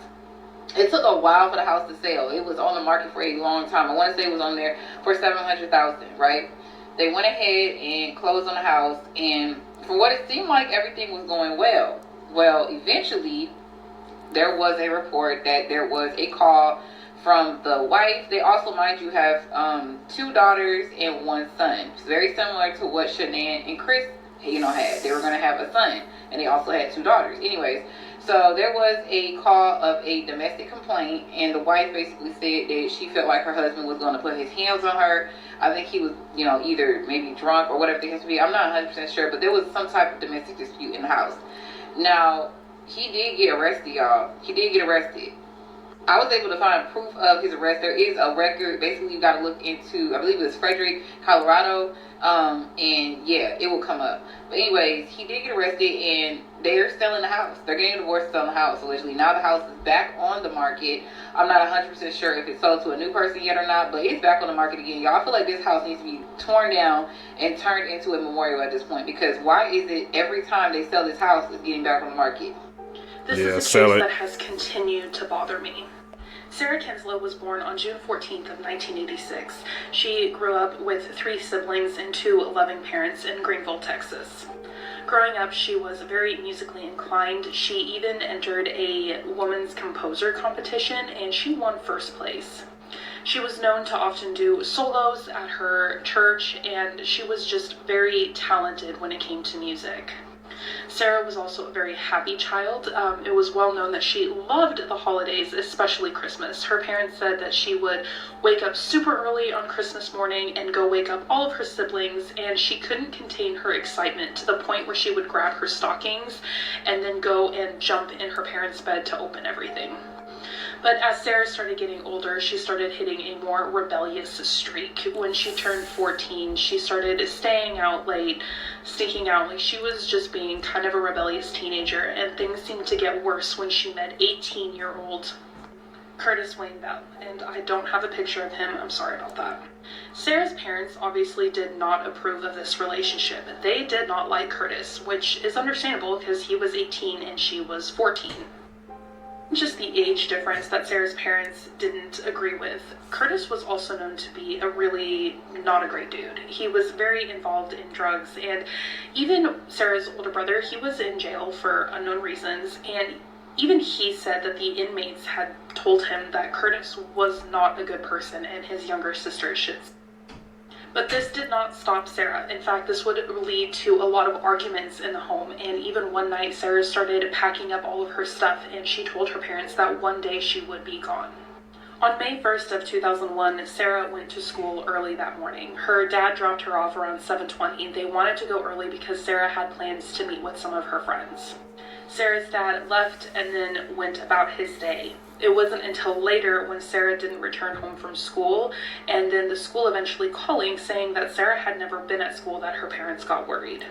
They started questioning her friends and asking all of them where Sarah was. None of them knew where she had gone because they had plans that day to skip school and go to a local cemetery, but Sarah had never shown up, according to her friends. It was after this that Sarah's family decided to report her missing, and at first she was considered a runaway, and her parents agreed that she probably ran away. And it wasn't until all of the friends agreed to take a polygraph test, and all of them failed, that things started to get strange. Now, polygraph tests are not that reliable, but still it is worth noting. That's when police brought in dogs, and the dogs did track Sarah's scent for 2 blocks, but then it disappeared, so they believe that Sarah got into a vehicle. We'll get into more in part 2. Give me a couple minutes to get it up. It'll be down in the comments. What is the craziest thing that someone's confessed to on their deathbed? Well, a deathbed confession made this year solved a 20-year-old cold case. And this is coming from the Heart Starts Pounding podcast episode that's all about cold cases that were solved this year. So this year in West Virginia, a man named Larry Webb was dying. And before he died, he called a nurse over and said he needed to get it off his chest that he killed a woman and her daughter back in 2000. It turns out that back then, a woman named Susan Carter and her 10-year-old daughter Alex were living with Larry while Susan was in a custody battle with Alex's father. One day they just disappeared, but because they were together when they disappeared, police assumed that Susan just ran away with her daughter. But Larry confirmed that that's not what happened. The story he gave on his deathbed is that one day he came home to see that Susan was stealing money from him, and so he shot her. And then panicking, he wanted to get rid of all the witnesses, and that included Alex, her daughter. And to me, the craziest thing in all of this is that Larry had really bad dementia, so when he gave this confession, they weren't really convinced that it was true. But the day after he died, both of their remains were found in his backyard. If you want to hear more on that story and other cold cases that were solved this year, check out the Cold Cases That Were Solved This Year episode of the Heart Starts Pounding podcast, wherever you get your podcasts. It goes to show you, man, people in their last moments, that's when they want to get the truth off their chest, man.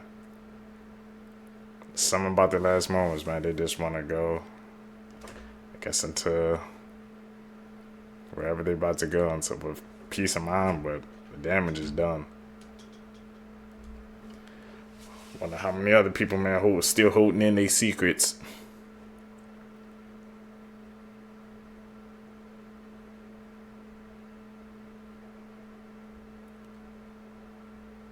You know what that is. All day, every day.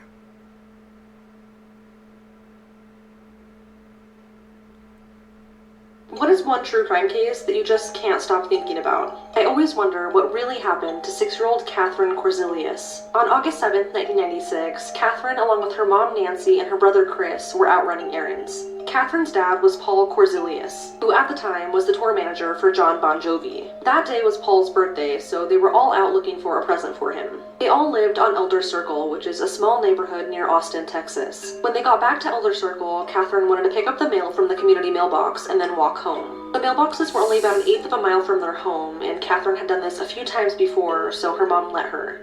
Catherine would take the shorter route home, while her mom and brother would take the longer route around Elder Circle. This way, they would be getting home at almost the same time. But once Nancy and Chris got home, with still no sign of Catherine, Nancy sent Chris to go and look for her. But when Chris couldn't find her, Nancy started searching for her by car. Within minutes, they found her laying in the middle of the road on Elder Circle. She was unconscious, but still breathing. According to Nancy, she didn't want to make her daughter lay on the hot pavement, so she picked her up and took her to the hospital. Little Catherine suffered from a fractured skull and never regained consciousness, and sadly, she died later that day. Authorities initially thought that Catherine was a victim of a hit and run, but certain things didn't add up. Where Catherine's body was found was in an unusual spot. Her mom last saw her walking towards their house, but her body was found a little over a mile away from their home in the opposite direction that she was supposed to have gone. Catherine's body was actually found along the route that her mom and brother took to get home, and the autopsy only deepened the mystery. The autopsy showed that Catherine didn't die from a hit and run. Along with her head injury, she also had abrasions on her left shoulder, lower back, right hip, and her knees. The ME found that Catherine had either jumped, fallen, or was thrown from a moving vehicle. One theory investigators came up with was that Catherine maybe tried to hold on to the back of her mom's car on the drive home, but fell off. This would explain the location of where her body was found. But her family did not believe this, so they hired a PI. The PI noted that it was a really hot summer day, and at the time, Catherine's left thumb was broken and in a splint, so it would have been really difficult for her to hold on to anything. And it's likely her mom would have seen her in the rearview mirror. Catherine's family believes she was abducted and murdered. After her death, investigators brought in a canine unit that tracked her scent to a vacant lot 30 yards from the mailboxes, but it was lost after that. This sparked a theory that Catherine was approached by an attacker at the mailboxes, ran into the lot, was caught and thrown into a car, struck in the head, and then was thrown out of the vehicle where she was found. Nancy also stated that it appeared her daughter's body was laid out for her to find. Her hair was smoothed down, her clothes were straight, and her sandals were still on. Unfortunately, there's never been any answers in this case, and it's still labeled a suspicious death. Jon Bon Jovi wrote a song dedicated to Catherine called August 7, 415. And sadly, in March of 2020, Catherine's brother Chris, who grew up to be a police officer, was tragically killed in a car accident. It's a mysterious case. It used to be solved. Hello, true crime earners. It's time for another episode of Coldest Cases by State. Today, South Dakota. Brr. So, this is the kind of strange case of Arnold Archambault and Ruby Bruguier. They were actually part of the Yankton Sioux tribe. They were a happy couple and they had just recently had a baby. And then a tragedy happened on December 11th, 1992. So, the two of them had joined Ruby's cousin, Tracy Dion, for a night of partying. Around 6 a.m. on December 12th, they would come home after the night of partying. But because they were still intoxicated, the babysitter, who was actually Tracy's father, said, "Can you please just come back later?" So they got back in the car. Arnold was driving the car. And just a few short minutes after they left the house, they would get involved in a car accident. The car had overturned. This is not the exact car, by the way. The witness would say that Arnold swerved because the road was icy, and then they flipped into this ditch. So this is when it gets kind of strange. Allegedly, Arnold is able to get out of the car and he fled. Ruby then escapes the car and she flees. Neither of them apparently helped Tracy. When paramedics arrived to the accident, they were able to save Tracy. She was honest. She said, "We've been drinking. I have no idea where my friends went." Police would only speculate that because of DWI laws that maybe they fled because they were scared of being arrested. Their families, however, would say no, they wouldn't do that, especially not to their baby. They searched the woods, and they never found this couple. They literally just poofed into thin air. And they conducted these searches for months. They should have been somewhere in the area. This is a still image pulled from Unsolved Mysteries, where this case actually aired. The OG Unsolved Mysteries. So this isn't the real scene. But in March of 1993, about 3 months later, In the ditch just 75 feet away from where the car accident happened was the decomposed body of Ruby Bruguier. The ditch had water in it, so the next day they pumped out the water, and in that same area they found the decomposed body of Arnold Archambault. It was only like 15-20 feet away from where Ruby was. You know what's stranger? He wasn't as badly decomposed as Ruby was. They also found a tuft of Ruby's hair at the crime scene, which is very odd. The autopsy would show they died of exposure. A witness said they saw Ruby and Arnold at a New Year's Eve party 3 weeks after the accident. That witness took a polygraph and passed. Police say foul play wasn't involved. Were they murdered? How come they were in the same spot as the car accident, months later? This one is so weird, right? Yeah. Definitely seems like. These two women prove we live in a matrix. So we have two mysterious women coming up to these people's front door. Watch. Okay. It is freaking creepy. 8:41. Somebody knocks on the door. And then, hold on. Check out their outfits. This They're is wearing them two leaving. different dresses from what they were wearing.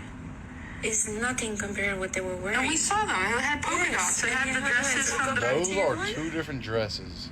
We literally just saw them and they were wearing. And like, go fast forward, like it changes color. There's no way. Right as soon as they get over there on our porch. What the heck is this? Whoa. Is this at 8:41? Look, they said they were missionary, you know. But missionaries don't come at 9 p.m. Gotta be a I asked them, you know, that it's late, and they left. And they said, I'm sorry, not trying to be rude. When was the last time you saw 50 Cent? Why do I ask? Because there's a viral photo of him going around that has left his fans in total shock. Why? Because he shaved off his signature beard. But that's not the only thing. Fans are now saying he is unrecognizable and has aged significantly. As a matter of fact, take a look at this. Who is that? Fans would like to know. As you can see, the beard is gone, and he does look significantly older. This is a photo of 50 Cent just a month ago, August of 2025. How do you age that quickly? I mean, if you Google how old Curtis Jackson, aka 50 Cent is, he is 50 years old, but fans are still claiming that that's not him. Other photos of 50 Cent show him significantly aging. But the question his fans continue to ask is, how do you go from this in August of 2025 to this just a couple of days ago, September 2025? So I guess my question to you is, has Hollywood claimed another celebrity, aka rapper? Or is there something else going on with 50 Cent? Should we be concerned? Let me know your thoughts in the comments, and as always, I'd love to hear from you. In case you did, I don't think that was going on with him. Isn't he getting prepared for like a role? I heard he's in the new Street Fighter movie. So you know these actors, they gotta prepare for the role. I think that's why he cut off his beard as well. So they be going through these freaking physical transformations. Him and The Rock is just like 50 Cent and The Rock back to back. They just don't have their signature looks, but it's, I guess, for the upcoming roles. Or I could be wrong. Who knows? No, we have some crazy things happening in the world right now. Illinois became the first state to ban AI therapists. Honestly, I think that's a pretty good idea because, yeah, that's getting out of hand. A family's ash spreading ceremony was derailed by a Spotify ad for stuffed poop toys. It was during a Frank Sinatra song that they were playing while doing this. This is the quickest way to clear out stuffed poop. The #1 food for regular beans. A 58-year-old grandmother from Canada currently holds the Guinness World Record for the longest abdominal plank by a woman, holding it for 4 hours and 30 minutes. I could probably do it for about 30 seconds and then I'm done. So bravo, what's your secret? Abby and Brittany, who are two well-known conjoined twins, had to pay 2 separate college tuition fees, but now earn only 1 salary at their job. A Mexican church made millions of dollars after announcing they were selling land in heaven for $100 per square meter. The pastor in charge said that he had permission from God, and they're even accepting Apple Pay. Wow, how convenient. Because all of that makes so much sense. A high school in the UK delayed its start time from 8:50 a.m. to 10 a.m. and this led to over 50% fewer illness-related absences and a 12% rise in exam success over a 4-year period. I feel like I would have done so much better in school if school started at 10 a.m. Maybe all of life should just start at 10 a.m. every day. I think that'd make things easier. Kind of makes sense, especially since teenagers usually need more sleep than adults. Would you want your school to do that? Or would you, I'm curious even like from a parent's point of view, since I'm a parent now, like would you want your kids to have that? I think it'd be good for my kids. What the fuck is the government gearing us up for, y'all? They just released this video of a UFO. They said this joint just took one of our best missiles and it just kept flying. This is the orb right here, y'all. And the missile that the military shot at this joint is designed to tear through tanks and bunkers. Y'all, watch this shit. Boom. Still going. And that joint bounced off and kept moving like Marshawn Lynch.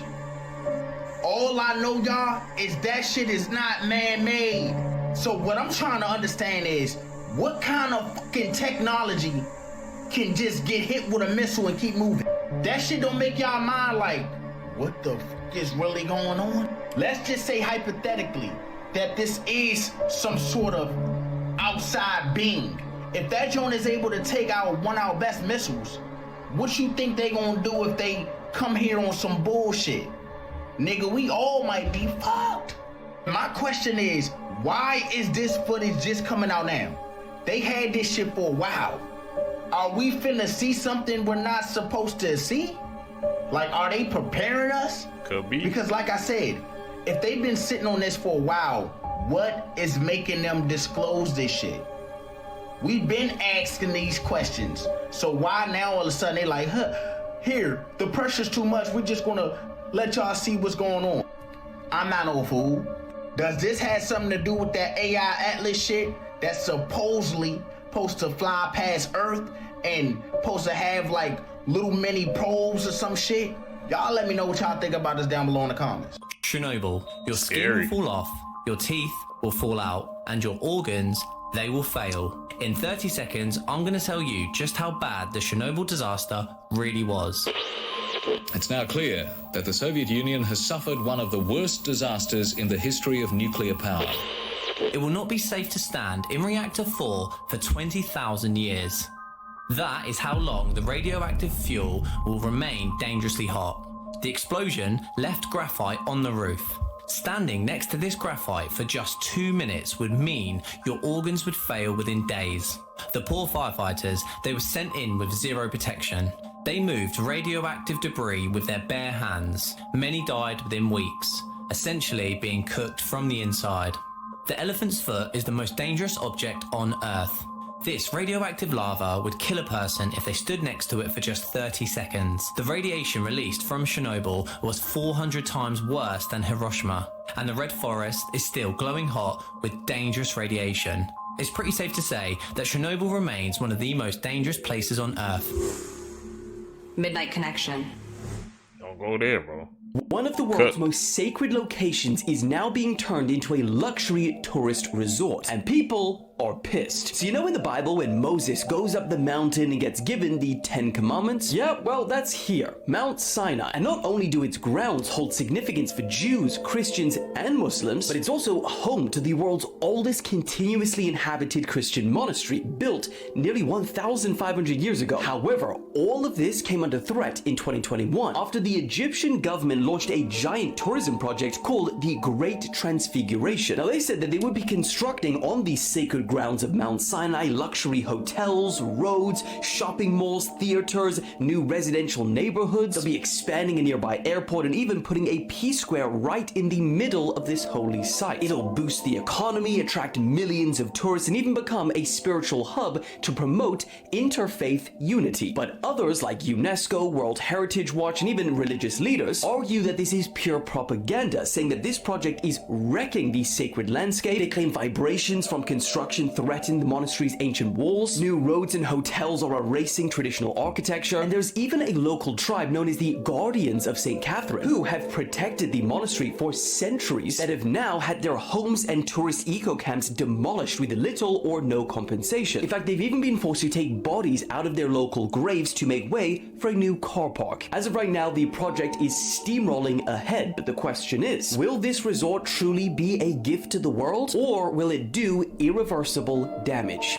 These two interviews from the documentary were taken years apart. So when she's in the pink and she's like, I loved my mom more than anything, and everyone's like, what is wrong with her? She is so blind. This was taken years ago. And then when she walks into frame in the gray hoodie and all the interviews in the gray hoodie were done, that was the most recent version of Lauren that we have. And I also think the fact that she decided to go to college for criminology is so interesting and very telling about where she now stands with the whole situation. And it's like, why wouldn't they disclose this? Why would they just like make us think that these are the same timeline? Because like this documentary is for entertainment purposes at the end of the day. Yes, it's true crime. Yes, this stuff really happened, but they just want to piece together the most entertaining version of the story that they can give us. She's like 18 now. And if you were to watch the documentary with that in mind, it's so clear. So when she's like, I just love my mom and I just want everything to be okay, that's because she's still processing everything going on. And I mean, she literally says while she's in the gray hoodie, I don't want to see my mom while she's in prison. I want to see my mom when the time is right. And she can even admit that it would be really hard to see her, but she would feel more relieved. Like she has a much more clear mindset in these interviews. In this interview, in the younger version of her, she is trauma bonded to her mother. Her mother traumatized her, but at the same time, all she wants is her mom. Here, she's a little more older, she's more mature, she kind of has more clarity on the situation. Let me know what you thought about it and follow for more true crime. You guys, that case is still freaking crazy hearing that to this day. I didn't even know there was 2 timelines, man, until I saw this clip right now. Yo, mom.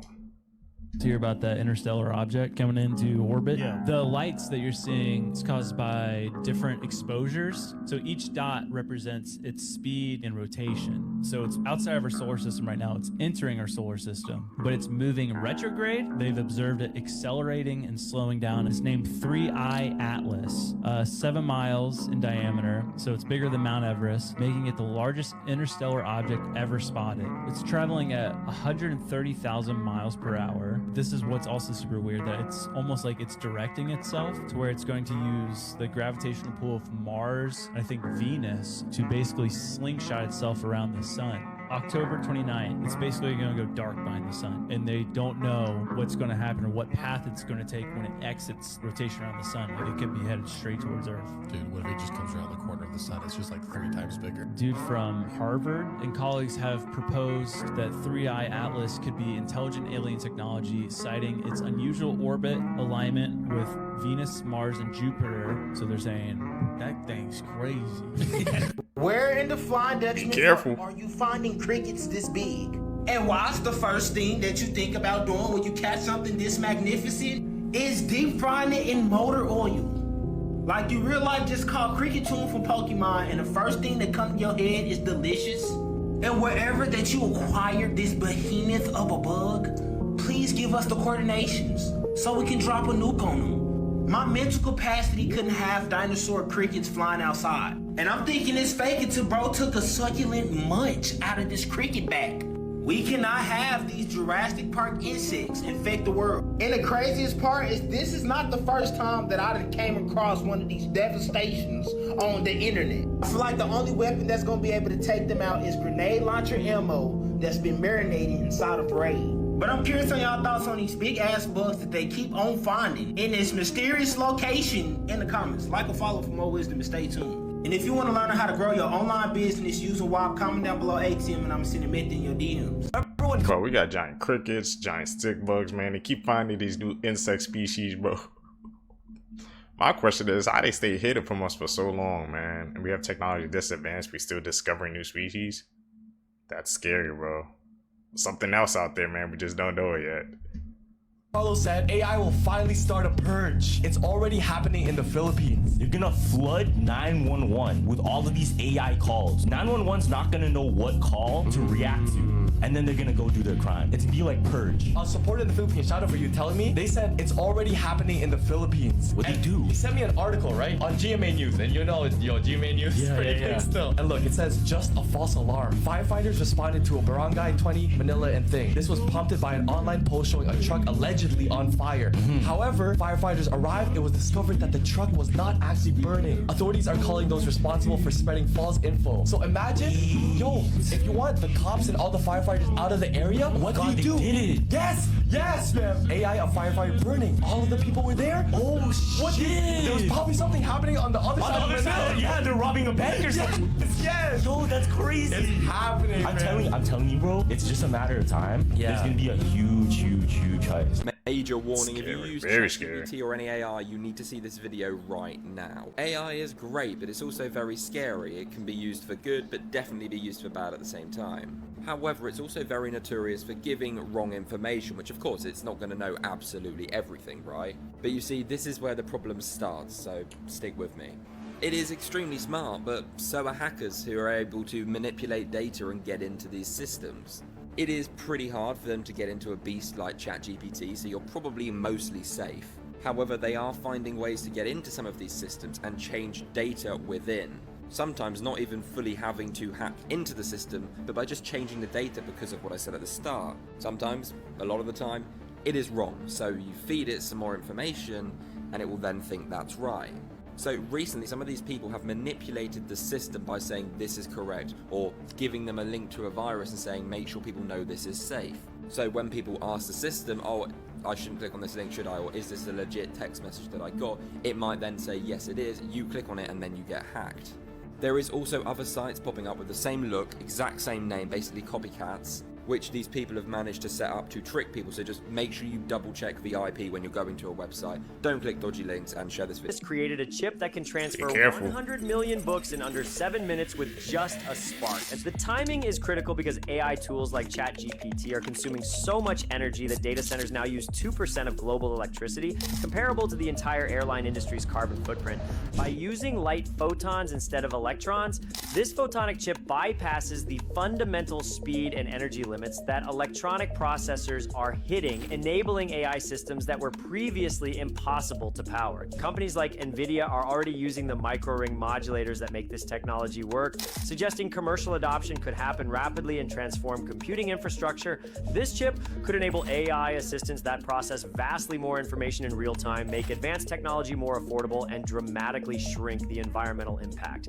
The breakthrough represents a fundamental shift from electronic to photonic computing that scientists have theorized for decades but couldn't implement practically until now. Countries and companies that master this light-based computing technology will dominate the global economy as AI becomes the foundation of every industry. Will photonic chips finally make unlimited AI power sustainable, or are we just replacing one technological bottleneck with another? We have a massive update on the body that was found decomposing in David's car. And after what we just found out, this is not going to end well for David. So for context, yesterday, a decomposed body was found in the front trunk of a Tesla, which was sitting in a tow lot for about 6 to 7 days, and the car belonged to this guy, and his name is David, where somebody noticed that the car was emitting a stinky, fishy coochie smell. But this is where it gets even more worser. David is a musician that is on tour right now, where he sings the song In the Back of My Mind. Now people are saying that David was set up, as David has been on tour for the past few weeks, and although right now it is looking that David is innocent as he is cooperating with police, as well as he has not canceled any of his future tour dates, but this is where it gets even more insaner. And they found the body in the Tesla. The body was found wrapped in a bag, and that the body is chopped and decomposed so bad that as of now they literally cannot identify who it is. And even more worse for David, Teslas quite literally have cameras throughout the entire car, including the front trunk. David's response so far has been to not cancel his shows. This is all alleged. Do you think David really did it? Then I heard the reason why I know Dave is because he made that song with Jason Wayne, popular streamer. And I just saw a couple of days ago some brands dropped him. That's scary, man. Like I said, but there's Teslas, there's cameras all over the Tesla, so We should know who did it, I guess. The fuck on. I actually totally forgot about that announcement that was coming through to everybody's phones in the UK today, and it was a test. Test in case there is a disaster. A warning. I'm mid-driving, my phone goes into full-blown panic mode, sending all these alarms off. Then I realised what had happened. But you know where else I realised? For 5 minutes, I had no phone service. I had no signal. I couldn't do anything. Now, I don't trust the government at the best of times, and I hate to be the conspiracy theorist here, but I'm going to anyway. Is this something more? Is this them showing us that they have the power to black us out? I don't know, you know. Do we in the UK really need these warning messages for a disaster? How long have you lived in the UK, and how many times have you experienced a crazy tornado or an earthquake or something like that? Am I stupid for not turning off the alert? Yes. Partly because I forgot. Will I be turning it off in the future? Yes. But I do believe that there is something more to this. Y'all, no service. Weird. This right here is a depiction of what's currently going on in the Pacific Ring of Fire. Shout out to World Signs on YouTube. You guys should give him a follow because he literally be posting some good stuff that's currently taking place around the world that not too many people are speaking of. All right, great YouTube channel. But this is exactly what's happening in the Pacific Ring of Fire right now, y'all. This thing looks like it's getting ready to unlock a final boss, a final level boss. Everything is on fire over there. If it's not on fire, it's erupting, and it's just it's brewing. Something is coming from under there. Now, you guys don't have to believe me on this one, but I truly believe this has to do with, you know, Godzilla and all this type of thing. This is the reason why a whole bunch of people were getting banned off of TikTok last year when they were talking about the, you know what I'm saying, right? And then again, it's Japan that's over there. And what is Japan known for? They're known for Godzilla. So is something brewing out of there, y'all? Is there about to be a big lizard coming out of there? And with the concern that potentially Japan could get hit with a catastrophic earthquake or tsunami, people have been evacuating Japan. Even the tourism industry, beginning at the end of May, June, July has been completely dead in Japan. Even in the summertime, Japan gets unbearably hot. That's the reason why they have the umbrellas. They say even around that time, Japan is popping. But right now, it's different. It's a ghost town in Tokyo. So yes, y'all, what do you guys think, man? The shift is here, man. Something is shifting underneath Tokyo. Actually, there are earthquakes in Japan, so that anyone visiting Japan has to accept some minor risk that a big earthquake could happen anytime, including while they're here. Do you come to Japan as a tourist or not? People have to make up their own. We're gonna keep an eye on this over here. We're gonna keep an eye on this, y'all. But let me know down in the comments. Y'all see these faces? Can y'all see faces? I see faces. But yeah, let me know down in the comments below, y'all. The shift is here. Y'all see it. Let's get it. Peace in. Did y'all see the faces?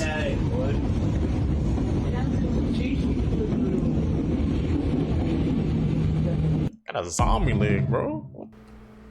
The man behind me built a homemade cage for his head to stop smoking. He then gave his wife the keys and only she could open it during meals. The man's name is Ibrahim Yücel. He is a Turkish man. He was smoking 2 packs daily for 26 years and decided he wanted to stop one day. So he built a homemade cage out of copper. In my opinion, this thing looks like a torture device. And he didn't just wear this at home. He wore this outside, going to work, running his errands. He was dedicated to stop smoking. He started doing this in 2013, and I believe he is still doing this to this day. The only thing he could get through the cage was a straw from a bottle of water and maybe some crackers. He designed it in a way that you couldn't even sneak a cigarette inside there. He definitely knew he would be having withdrawals and planned this accordingly. Down here is a picture of his wife unlocking the cage for him, and over here is more of a close-up photo of the cage. And then here's a picture of him with the cage off right here. He's talking on the phone. I'm assuming he's having a meal and he's just chatting away. But honestly, props to him. If it works, it works. I'm not sure if I have any followers from Turkey, but if I do, let me know if you've seen this guy around. And let me know what you think about this story. Weird facts. Have you seen that before? If you're coughing uncontrollably, just raise your hands above your shoulder and it will stop. Did you know that TikTok doesn't let you type Area 51? When crossing the street at night, turn on your phone's flashlight and point it toward oncoming traffic. If you think you're being followed, turn right 4 times, since you'll get to the same place they shouldn't be following you anymore. If they do, you might trouble. Don't walk down the stairs with hands in your pockets. If you type your big forehead, you get a warning. Blue color attracts mosquitoes and 2 times more than any other. Strawberries can also be white and yellow. Some even can taste like pineapples. You can't unalive yourself by holding your breath. If you search these coordinates on Google Maps, you will find a man dragging a body. Follow for more. Really? Nobody in the entire world can visit Bizarre. this island. Okay, so majority of Americans don't know about the Forbidden Island in Hawaii that is owned by one single family and nobody could visit. The island is called Niihau and it's extremely different from anything else in the United States. There is only a population of 70 people and they have no access to paved roads, telephone service, no running water, and the majority of the island lives off welfare checks from the US government. And with such harsh living conditions, it makes you wonder why anybody would even live on this island. And the real question is, if there's nothing to hide here, why can't anybody visit? Well, this rule that doesn't allow any outsiders onto the island was actually written into the agreement by the natives when they sold it to the Robinson family, all the way back in 1864. Way back. The Robinson family bought the island for $10,000 in gold, which is $325,000 today. And the crazy thing is that this family still owns the island. The Robinsons are also very focused on preserving the Hawaiian culture on this island that the natives did, so they go to church every Sunday, banned long hair for men, and kept the official Hawaiian language. But my whole opinion on this island is that if nobody can visit there and there's only 70 people on it, there's gotta be some crazy stuff going on there, right? There's just no way these 70 people are just completely normal living on this isolated island that nobody could visit. Let me know your thoughts on this, and also let me know if you've ever heard of this. These are 8 horrifying facts that will probably keep you up at night. There's a 1 in 3 chance police will never identify your killer if you were murdered in the United States. If the sun exploded now, you wouldn't know about it for another 8 minutes. 20% of children report hearing voices. There are 40 supervolcanoes around the world capable of claiming 1 billion lives. And we are about 24,000 years overdue for an eruption. The air you breathe in train stations is 15% human skin. There are over 200 dead bodies on top of Mount Everest, because retrieving them is such a risk. They serve as markers for other hikers. When you die, your house cat is going to want to eat you. Speaking of pets, dogs like squeaky toys because they mimic the screams of their prey. Yeah, there's a lot more. Like for part 2. I know why my dog loves the squeaky toy so much. I never knew that. Be careful when you buy your squeaky toys for your dogs now. Insane True Stories of Now. Morbid facts about Mike Tyson, Part 2. While visiting a zoo in the late 1980s, Tyson noticed an alpha silverback gorilla bullying all the others. He offered the zookeeper 10 grand to open the gorilla cage so that he could go in there and smash that silverback snot box. Luckily for the gorilla, the worker declined the offer. Here's a 1997 photo of Las Vegas police facing Mike Tyson after he'd just bitten off the ear of Evander Holyfield. Tyson claimed he was in a primal blacked out state and literally wanted to kill his opponent. Mike had 6 biological children, but his little girl Exodus tragically died when she was only 4 years old. In 2009, Exodus was playing on a treadmill when she accidentally died from strangulation after falling and catching her neck on a power cord. 3 years after signing with Don King, Tyson didn't even know that he had a fan club. When he finally went there, he found a letter from a woman asking if Tyson could call her dying little boy. Tyson immediately called, hung up, cursed out Don King, then started to cry. He said that the call was 1 year too late. If you were someone that... Man, those freaking facts about Mike Tyson. He went through a lot in his life, man. Because you guys know what happened between that Jake Paul and Mike Tyson fight. How some people said they kind of didn't live up to the hype, but I guess he did what he needed to do, man. I guess to get that money. you know has small children, please watch this video until the end because it could save their life. Basically, Bobby baby pillows are being recalled after suffocating 8 children to their end. What happened was that these 8 children were laid down to sleep on these pillows and woke up lifeless. The recall haul includes the original, preferred, and Pottery Barn Kids Boppy Baby pillows, and if you own any of these, you can take them to a local store for a refund. These are being recalled all the way back from 2004 to September of this year, so if you own any of these from any of those years, you might be at risk. So please, never put any babies or young children to sleep in any of these, and if you know anyone with young children, please send them this video so they don't miss this life-saving information. That's insane. Give you hope. This woman swept out to sea while at the beach was rescued after 37 hours of drifting over 50 miles in an inflatable swim ring. Overdoses have decreased for the first time in over 5 years. This stranger saved a 4-year-old from a flying puck at a hockey game. Every country has now banned the use of leaded gasoline in cars, with Algeria being the last one a couple years ago. Bruno was able to get a fresh start and a new life after 473 days in a shelter. A study of over 2 million people found that eating cheese is healthy for aging because of the lower stress that you experience in life. The amount of sugar consumed by kids in the United Kingdom halved in 1 year after a sugar tax was introduced. Scientists have developed a glowing dye that sticks to cancer cells, which helps scientists prevent cancer from coming back. This nearly extinct pupfish has hit a 25-year high with their population. There are less than 200 of them in one single cave in the Mojave Desert of Nevada. Here are 3 real ways to survive Ohio. The land of Ohio is a mysterious pocket dimension located within the continental United States that is widely regarded as being one of the most dangerous places known to man. With that being said, the easiest way to guarantee your survival of this state is to simply avoid visiting it altogether. This should be a relatively easy task since no one actually lives in Ohio. Remember, if you think you have family or friends to visit there, that's just the demons whispering in your ear, and those thoughts should be ignored entirely. Secondly, if you do somehow wind up in this desolate place, remember to ignore the locals at all costs. Their lonely state might inspire you to take pity on them and engage them in conversation, but be warned, if you speak to them, you will become as they are. Finally, above all else, you'll need to try and keep moving at all times in one direction. Time and space work differently in the state of Ohio, and it may feel like you've been walking in circles for hours or even days. But remember, every step that you take is a step closer to freedom. Leave a comment if you're enjoying this series, and if you know anyone from Ohio, tag them. It might help them escape. Any of you guys know anybody from Ohio? I don't know. LeBron James, man. That's I know it comes from Ohio, but I guess this TikTok, bro, wants us to avoid it, man. And because they be Ohio, Skippity Riz, Gyat, whatever, man. I think it originated there, bro.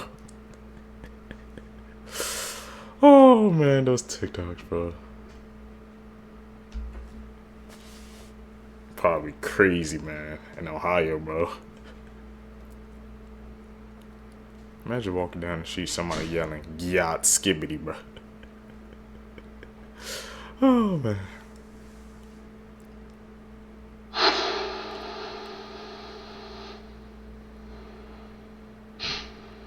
Interesting.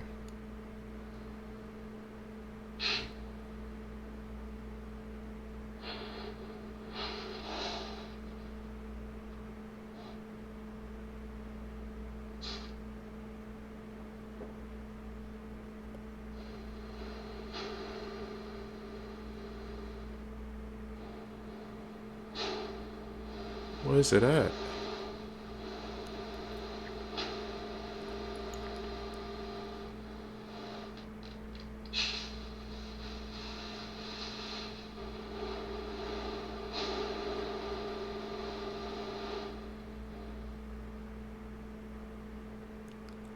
They brought like a whole setup.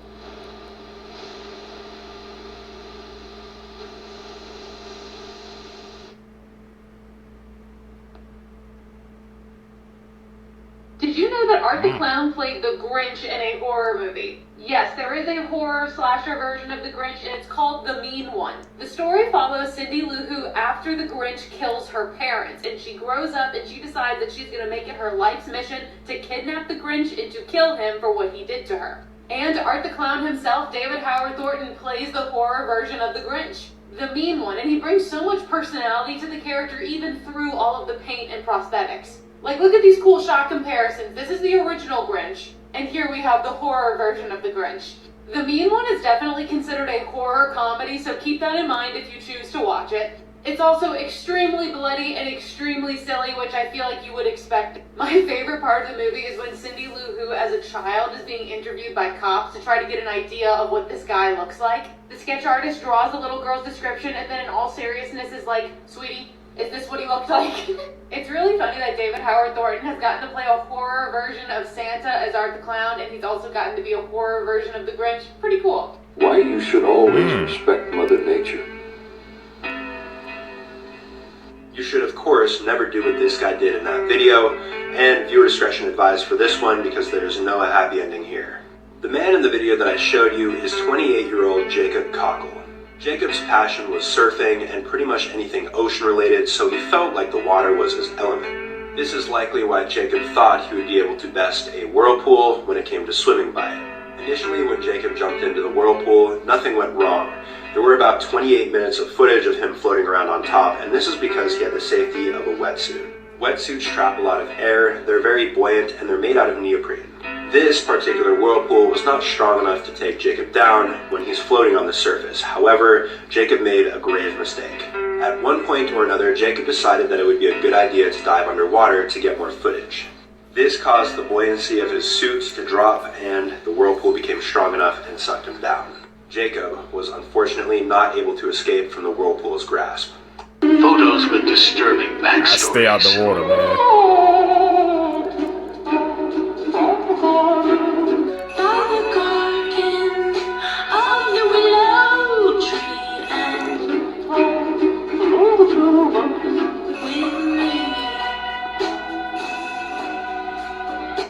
Photos tell a story every single time, man.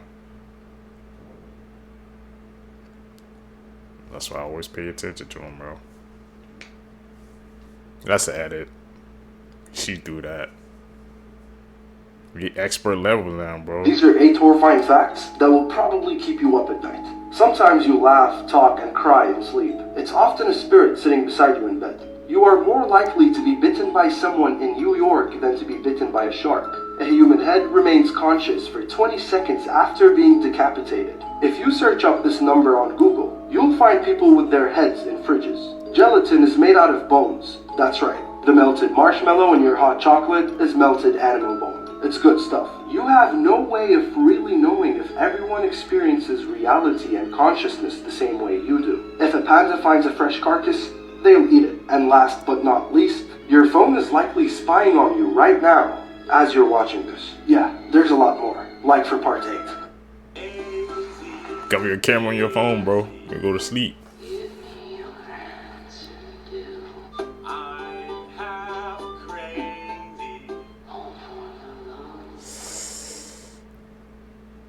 Myths you still believe about Canada. Canadians see snow year-round. Well, the truth is that though the winters can be harsh, most of the country's population experiences summers that can make a Californian sweat. Most Canadians live near the Canada-US border and thus experience similar weather to what you'd expect in places like Boston or New York. Toronto is the capital of Canada. Well, Toronto does have the largest population and is probably the most famous Canadian city, but it's actually Ottawa, another Ontario city that's the capital. As the center of political power, Queen Victoria chose Ottawa to be Canada's capital on December 31st, 1857. It was determined that with its location being on the border between Canada East and Canada West, its excellent defensive position and its access to 2 different rivers to cross the country in either direction, Ottawa was the perfect city for the title. Skinwalker okay. On camera. The hell is that? Please pardon the interruption. At this time, we are going to ask that students and staff proceed to conduct an internal lockdown. I repeat, this is not a drill. Please proceed to internal lockdown. 911 has been called. Remain in internal lockdown until instructed otherwise by a uniformed officer. Okay, guys, I need everybody right away. Back corner and down. Please.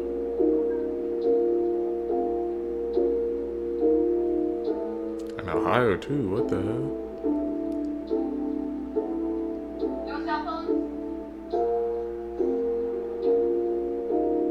close to the wall as you can. Crowd it together. Marcus, get this way. Get this way. Get away from the window. Davis, hurry up. Get away from the window. Press up to these desks. Hurry up. Guys, grab these desks.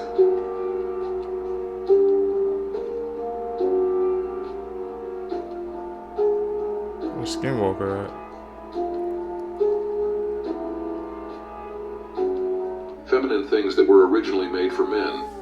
In Persia, men wore high heels to protect their feet. Then the Europeans looked and said, let's use them too, but they did it to show that they were rich, powerful, and masculine. In their culture, the higher the heel, the more masculine you were. Bags were also made exclusively for men. This is the oldest bag ever found made for men. It is entirely decorated with dog teeth because that was the fashion of the time. A system very similar to the disposable pads we have today was originally used in World War I to stop soldiers from bleeding. That's when a nurse noticed and thought, we can put this in our underwear and we no longer need to use rags as pads. Skirts were originally worn by men throughout the history of the world. A killer clown. I never knew that. Our reality's blown wide open. If you would have said high heels were made for men first, I wouldn't have believed you. We learning today. Clown was just released from prison in Florida. This case dates back to May 26, 1990, when 40-year-old Marlene Warren opened her front door. In front of her was a clown holding balloons and a basket of flowers. Marlene stated, "How nice," before the clown fatally shot her in the mouth, then calmly walked away. Authorities suspected 26-year-old Sheila Keene for years, who was having an affair with the victim's husband, Michael. But unfortunately, there wasn't enough evidence to convict her. 12 years later, Michael and Sheila wed in Las Vegas, moved to Tennessee, and started running this burger joint called the Purple Cow. They lived happily as if nothing happened, and Sheila even had the audacity to dress up as a clown one year. But in 2014, Florida authorities received a grant that allowed them to reopen the case. Advances in DNA technology allowed them to test a brown hair at the crime scene. It belonged to Sheila Keene, who was finally arrested in 2017 and pleaded not guilty. But after 7 years in jail, prosecutors gave her a deal in April of 2023. In exchange for pleading guilty to second-degree murder, she received a 12-year sentence. A Florida law allowed credit for good behavior, and that is why she was released on November 2nd of this year. Here's a test to see if you or someone you know has thalassophobia. Thalassophobia is the fear of deep or open water. Starting off at level 1, we have this image, and if you look at the baby's feet, you can see there's nothing. And that's what freaks people out, the fact that you can't see anything but feel like there's something watching you from below. If this freaked you out, don't watch the rest, because level 2 is even worse. Level 2, we have a person falling into a huge open body of water. And to make it worse, there's some sort of squid-like creature right in the corner. And level 3, we have the worst one yet. A person floating above a huge snake-like creature that we have no idea how big it is. And if you made it this far, congrats. Make sure you send this to a friend to see if they can pass the test and hit the follow button for more. Maps will change the way you see the world. This map shows if your county has a McDonald's or not. If you're in a red county on this map, then you do not have a McDonald's, and there are 793 counties without them. This map shows the average weekly grocery bill across each state in the United States. Wisconsin has the lowest because Midwest states have the most farming around them. Hawaii and Alaska are the highest because of their isolation from the mainland food production. This map shows how fertility rates have decreased across the entire United States over the last 20 years. Louisiana had a tiny 0.3% decrease, while Utah had an over 30% decrease in fertility. This map shows the most common transportation methods in the United States to get to work. Most people in the United States are in a green county where it is driving alone. Orange counties are where people walk the most, yellow counties are where people take taxis or motorcycles more, and the red counties are public transportation counties, which is just San Francisco and New York City. How y'all get to work, bro? Walk, driving, public transportation. I walk, bro. I'm a walker. Everybody's talking about this new horror movie. It's awesome. Let's watch.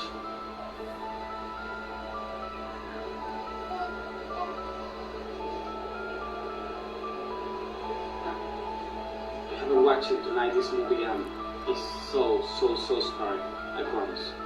This is a serial killer you haven't heard of and has more victims than Ted Bundy, John Wayne Gacy, and Jeffrey Dahmer combined. The Sunday morning slasher. Carl Eugene Watts targeted mostly young, attractive women walking alone in the dark. He would stab, slash, strangle, and drown them. Watts told a psychiatrist that they had evil eyes. And it wasn't enough to murder these women, he had to kill their spirits too, by burning personal items or tossing them in a sewer. His first victim was 19-year-old Gloria Steele, a mother and college student who was stabbed 33 times in her apartment. Michigan authorities knew he was responsible for dozens of murders, but they never had enough evidence to convict him. In 1982, Watts fled to Texas and resumed his murders, killing at least 12 more, including the youngest victim, 14-year-old Emily Lacroix. Now let's get to the moment he was finally caught. On May 23, 1982, Carl Watts choked Lori Lister until she was unconscious and dragged her up the apartment steps. He used her keys to open the door and came face to face with Lori's roommate, Melinda Aguilar. Melinda was choked by Carl Watts as well, but this time she pretended to black out. He bound her hands behind her back and put her in a separate bedroom, while he filled up a bathtub where he planned to drown Lori Lister. With her hands still bound behind her back, Melinda quietly locked the bedroom door and proceeded to jump off a second-story balcony, where she yelled at a woman who was drinking coffee outside to call police. Unfortunately, Texas prosecutors offered immunity to Watts for the 13 murders he confessed to, in exchange for a 60-year sentence. Oddly enough, he was almost released from prison in 2006, but Michigan authorities were able to convict him of 2 murders before that could happen, and he died in prison in 2007 from prostate cancer. Creepy facts that'll give you nightmares. When justice. anglerfish mate, the male literally fuses itself into the female and the two live together as one fish for the rest of their lives. I'm kinda concerned as to how we know this, but if you feed a human body to pigs, they eat every last bit of it. There's a place near Mexico City called the Island of the Dolls. This place is home to thousands of dolls that are there to honor a girl who drowned in the 1950s. Many people say that this place is one of the most haunted places on Earth. And finally, this is Mike the Chicken. After Mike's head got chopped off, he somehow managed to live a full 1.5 years headless. Will pay you $20,000 if you can make it all the way through, but if you think that's an easy paycheck, you should know there's a reason why nobody's ever won. The McCamey Manor looks like a pretty normal house on the outside, but on the inside is where the nightmares live. The house takes about 8 to 10 hours to complete, but the longest someone's ever lasted is only 6 hours. That's because participants are physically tortured to the point where they can only be released if they're deemed to be on the brink of death. Participants are punched, slapped, have their hair ripped out, and are forced to eat disgusting things like rotten eggs. And participants are even waterboarded, which is a torture method that the CIA used to use but stopped because it was too brutal. You're probably wondering how this is legal. Well, the house is run by a man named Russ McCamey, who gives all of his participants a 40-page waiver that they have to sign, which details that they could be fatally injured. Even though people have suffered broken bones, irreversible mental trauma, and heart attacks in the manor, it's still deemed legal. At one point, a Navy SEAL decided to go to the manor to see how much torture it really was. Reportedly, after 6 hours, he was still ready to charge on, but Russ kept dunking him in cold water and said he had hypothermia and disqualified him, which has led people to believe that there actually is no prize money, and petitions have been made to shut this place down. It's literally a torture chamber, but because it's free and a ton of people get bored, there's a wait list of 25,000 people waiting to try this out. Every experience is fully recorded and posted on YouTube, but I can't show any footage here because it's way too graphic. That has to be cap, because that Navy SEAL, man, he was 6 hours in, he still wanted to go, but he decided to end the challenge. That's cap. Probably ain't no freaking prize money involved. Horrifying facts that will ruin your day. Around 250,000 people every year die of complications during surgery. So you might go into a surgery and never wake up again. There are over 200 different corpses at the top of Mount Everest that will never decompose. If you die in your own home, your fluffy cat will eat you in order to stay alive. Believe it or not, there is a tumor out there that can grow hair, teeth, and even eyeballs. A human head remains conscious 20 minutes after the head has been decapitated, which means that you can still see and hear after your head is chopped off. Follow now and get 100 puppies on your doorstep because you know they won't eat you, unlike those cats. Hey, thanks, guys. I bet you didn't know this creature once existed, and you're glad it's extinct. For now. This is the Titan boa.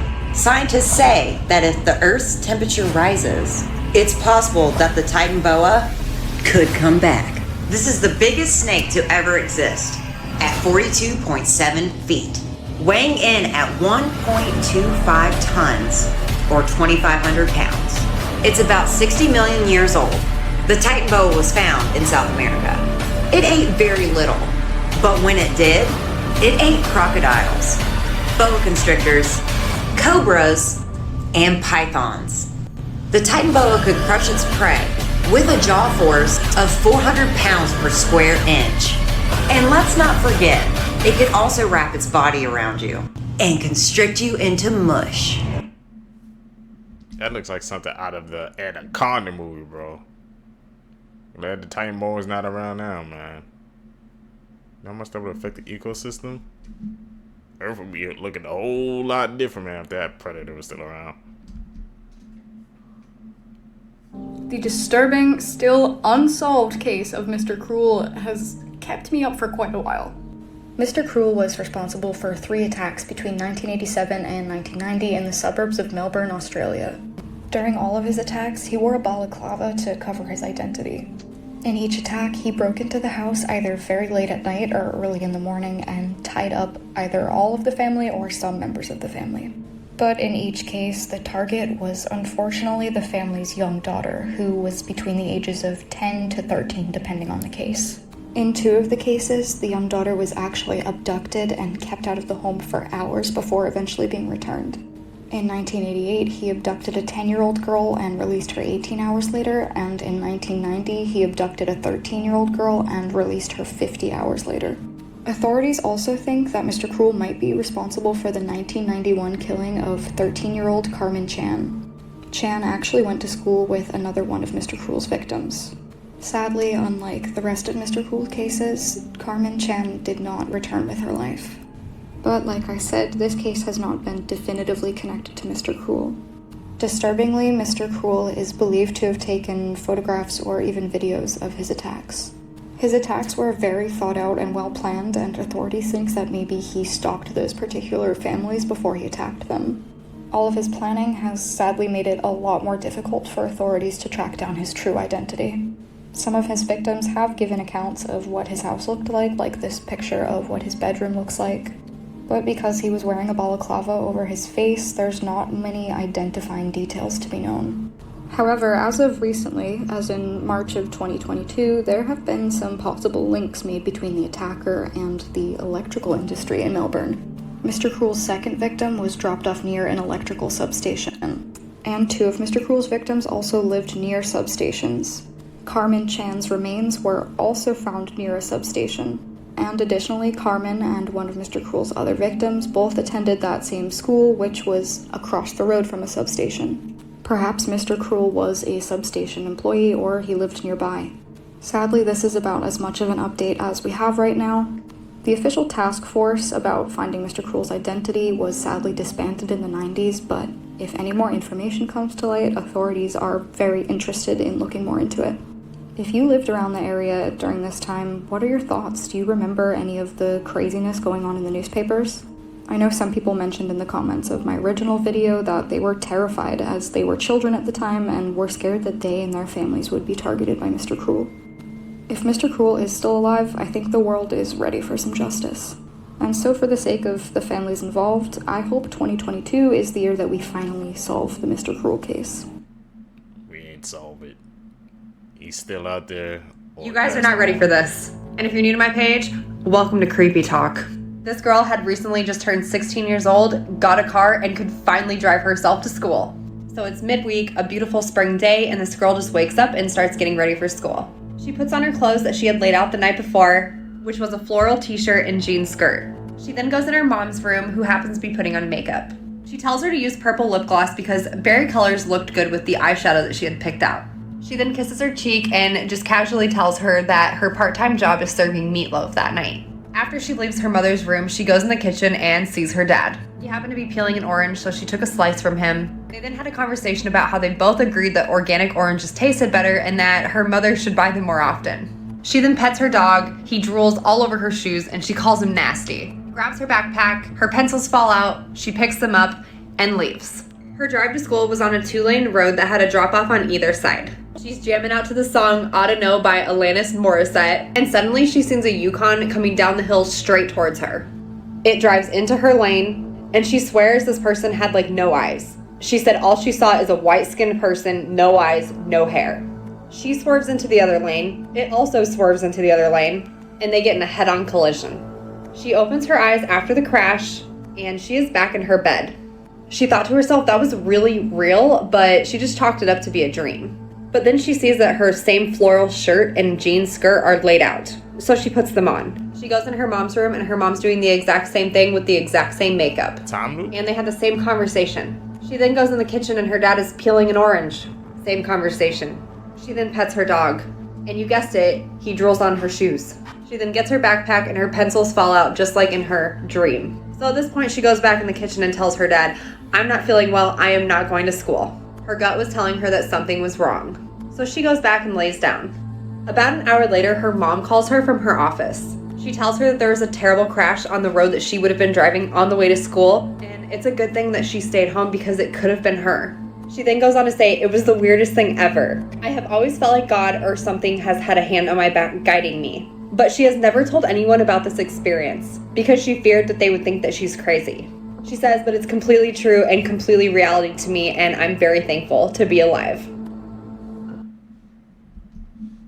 So she like sensed it, or she sensed something was coming, or she dreamed it before it even happened. That's your gut feeling, man. Trust your gut. If your gut's telling you that something might happen or it's not feeling right, trust it. I learned that too, man, in many cases.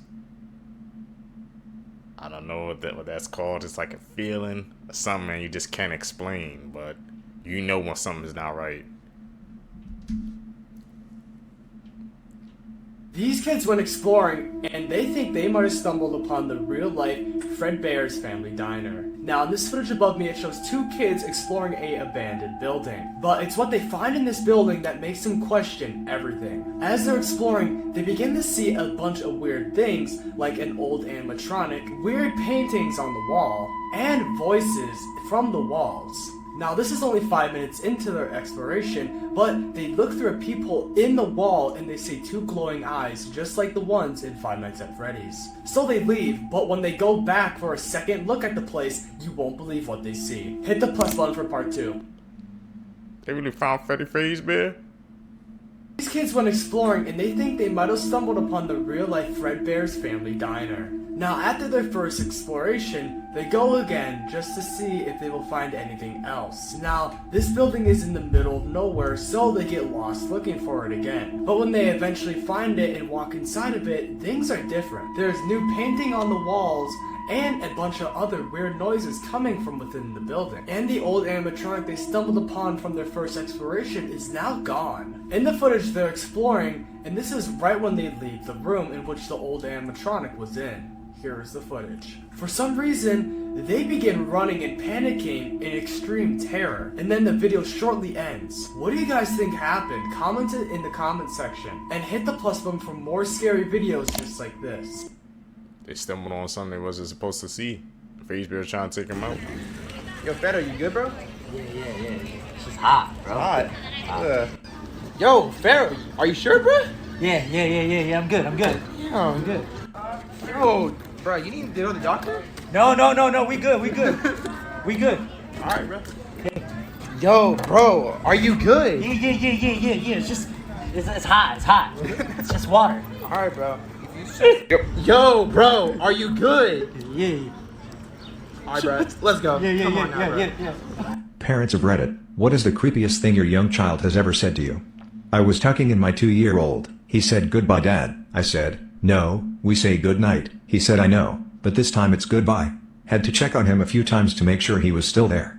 My kid's Catholic school is over 100 years old. There is a basement under the gym that's used for storage. I was subbing once and during recess one of the kickballs goes down the stairs. A little girl was standing at the top of the stairs yelling, "Just throw it up to me." I went over and asked who she was talking to and she replied, "That big man down the stairs." I went down and there was nobody down there and it was the only way in. I asked some of the other kids if they have seen the man before and they said yes, but sister told us not to talk to him. I asked them to describe sister and they described the nun and there haven't been nuns at the school in 40 years.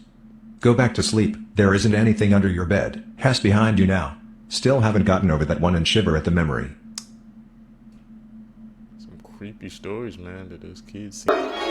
Let's talk about Firstly, passengers on a flight departing from Hong Kong International Airport left after midnight January 1st. Well, due to them crossing time zones, they landed in Los Angeles International Airport on December 31st at 8:30 p.m., allowing them to celebrate New Year's 2 times in a row. Next, in the country of Zambia, on New Year's Eve, a police officer who was intoxicated freed 13 prisoners so they could celebrate the new year out in public. Well, there is now currently a manhunt for the 13 prisoners, and the police officer was arrested. Finally, one thing I was not expecting to happen in 2025 already is to have a judge wearing a VR headset to experience a crime in first person. Do you guys feel like this is the right way to use technology? These teenagers were killed in their sleep by the last person anyone would expect. It was the 1st of November 2018 in Oklahoma. Kaysen Tolliver was 18 years old. His sister was 16-year-old Chloe. They also had a younger 14-year-old sister who remains anonymous. Kaysen was a talented football player and was a senior in high school. Chloe was described as a sweet, kind girl who loved cheerleading. Their mum was 43-year-old Amy Hall. In the early hours of the morning on the day in question, she crept into her son's bedroom and shot him in the head. He was instantly killed. Now, his friend was sleeping over in the same room and started to call police. Amy then walked into Chloe's room that she shared with her younger sister and shot them both. The younger sister was grazed in the neck but managed to flee to the bathroom. It was there that she convinced her mum to hand over the gun. Police sped round to the scene at around 6:30 a.m. that morning and rushed Chloe to hospital. Tragically, she was declared brain dead and passed away 4 days after. Meanwhile, Amy had fled the house and was involved in a high-speed car chase with police. She was eventually apprehended and taken into custody. Amy later claimed that she killed her children in order to save them from her estranged husband. There was allegedly an ongoing custody battle. She has pleaded guilty and been sentenced to life in prison. Those custody battles always have tragic endings. There is a shack called the Devil's Toy Box in Louisiana, and for some reason people who go in lose their mind. Do you know the tingly feeling you get when you eat a pineapple? Yeah. Well, that's because the pineapple is eating you. It has an enzyme called bromelain, and that enzyme eats meat, which you're made of. Now you can check if your phone activity is being monitored. Just click on share, slide all the way to the end, click more. And if any apps appear before your contacts, you should delete it immediately. Sharks have been around for 420 million years, meaning they have survived all 4 big mass extinctions, making them older than dinosaurs, Mount Everest, and even some trees on this planet. Damn. The person who invented homework came up with the idea as a punishment for students. It worked. Morbid Facts, Part 476. This 2022 photo shows 40-year-old Russian mother Anna Uskova moments before she jumped into a frozen river. She was apparently following a Christian Orthodox tradition of Epiphany and believed that jumping into the frigid water would rid her of sin. However, she jumped in at a bad angle and was quickly swept away by the powerful current, trapping her under the ice. Her husband immediately jumped in to rescue her while their children screamed in horror, but his efforts were unsuccessful and her body was recovered 10 days later. This was the truck belonging to Missouri town bully Ken McElroy after he was killed in broad daylight by an angry mob in 1981. Over the course of his life, McElroy was accused of dozens of felonies, including assault, child molestation, burglary, animal cruelty, arson, and statutory rape. He always managed to escape serving time until eventually being convicted of attempted murder, but McElroy appealed and was released on bond before he immediately threatened to kill several people. An angry mob then showed up at the bar he was drinking at and shot him several times in his truck while he was attempting to leave. Despite over 40 different witnesses, nobody admitted to seeing the murder take place, and no one has been charged to this day. Facts about the ocean that are scarier than any horror movie. First up, I bet you didn't know that you can literally melt in the ocean. Because in the deep sea, there's something called hydrothermal vents that can reach up to 750 degrees Fahrenheit, which will allegedly cause your body to melt. But by then, you probably wouldn't even notice because all your bones would have likely been crushed by the pressure. The next fact is honestly even scarier to think about. You know how we have so many scary stories about sea creatures, like sirens, the Loch Ness Monster, or giant squids? Well, a lot of the creatures that used to be just a story are slowly being discovered as real. For example, the giant squid, which scientists found were not only real and over 59 feet in length, but are also cannibals. If that's not bad enough, here's more. Because the ocean is basically a giant graveyard. In 2014, researchers diving into an underwater cave in Mexico found the remains of a girl estimated to be 13,000 years old, meaning there's a high likelihood that if you go missing or drown that you would probably never be found. There's also 10 million viruses in every drop of seawater, meaning viruses in the ocean outnumber all of the stars in the Milky Way. The actual number is estimated to be 1 nonillion, which is a number I've never heard before, but here it is written out. That itself makes me never want to go swimming in the ocean again. Follow for more. Extinct animal. Hey man, be careful when y'all be swimming and jumping into those lakes when y'all doing dish, bro. Cause now there's 1 million viruses in the water, man. Didn't even know that was a damn number till today. We learning. Most scientists are close to reviving. Firstly, the woolly mammoth. It was believed to have gone extinct 25,000 years ago, but scientists discovered hundreds that just died recently. So they're planning to put its DNA inside African elephants, and they expect to bring them back in the next 5 years. Next, dodo birds were hunted to extinction 400 years ago, but a preserved head was recently discovered. By mixing that DNA with a maned pigeon, dodo birds should be coming back in 15 years. Finally, expect to see saber-toothed tigers outside soon, because scientists discovered DNA preserved in tar pits, and they plan to combine it with African lions. So this 10-inch toothed beast should be coming back in 10 years. Earlier this year, inmates at a Miami prison managed to birth a child without ever even meeting each other face to face. 23-year-old Joanne DePaz and 29-year-old Daisy Link, both imprisoned for separate murder charges, started talking to each other through the air vents before falling in love and eventually wanting kids. Using a makeshift line made out of bedding, they passed Joanne's erectoplasm through the vents, while Daisy used a yeast infection applicator to inseminate herself. Against all odds, the plan worked, and the baby was born healthy. The pair are now in different prisons, while Joanne's mother is raising their baby girl. Things invented by... Invent baby, bro? Do you know how freaking, like, I guess inventive you have to come up with a method to get freaking pregnant in prison by using the damn vid? You'd be a top tier thinker. Woo. Different countries. US. Bulb. First light bulb. India. 0 digit. France. Bicycle. England. Computer. Really? Malaysia. USB. Germany. Car. Japan. Laptop. Italy. Battery. Sweden. Dynamite. Hybrid animal. Okay. You won't believe exist. Dog plus cat. Cuppy. Copy.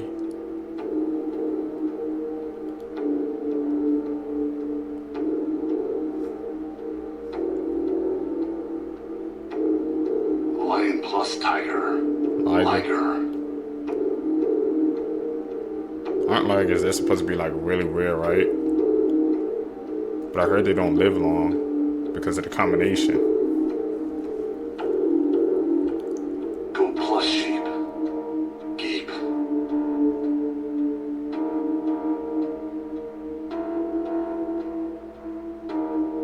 Jaguar plus lion. Jaglion.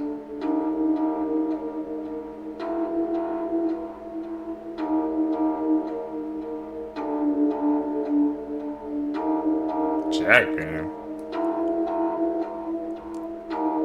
Polar bear plus grizzly bear. Roller bear. These are some weird combos. I've never seen them before.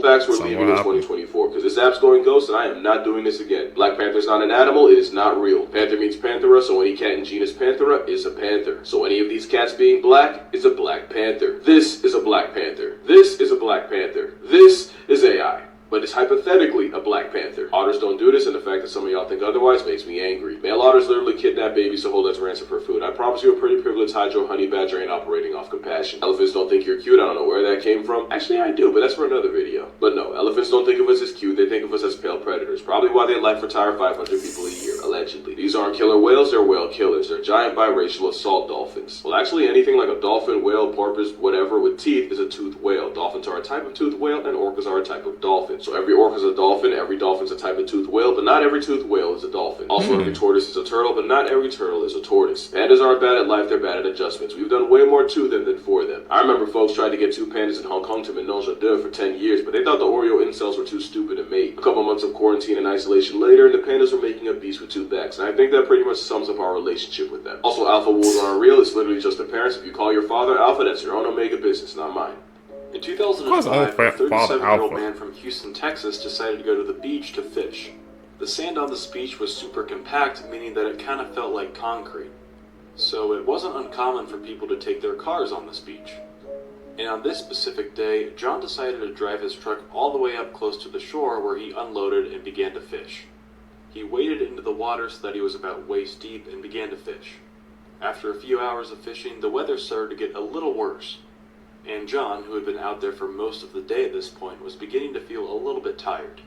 So he decided that he would take a nap.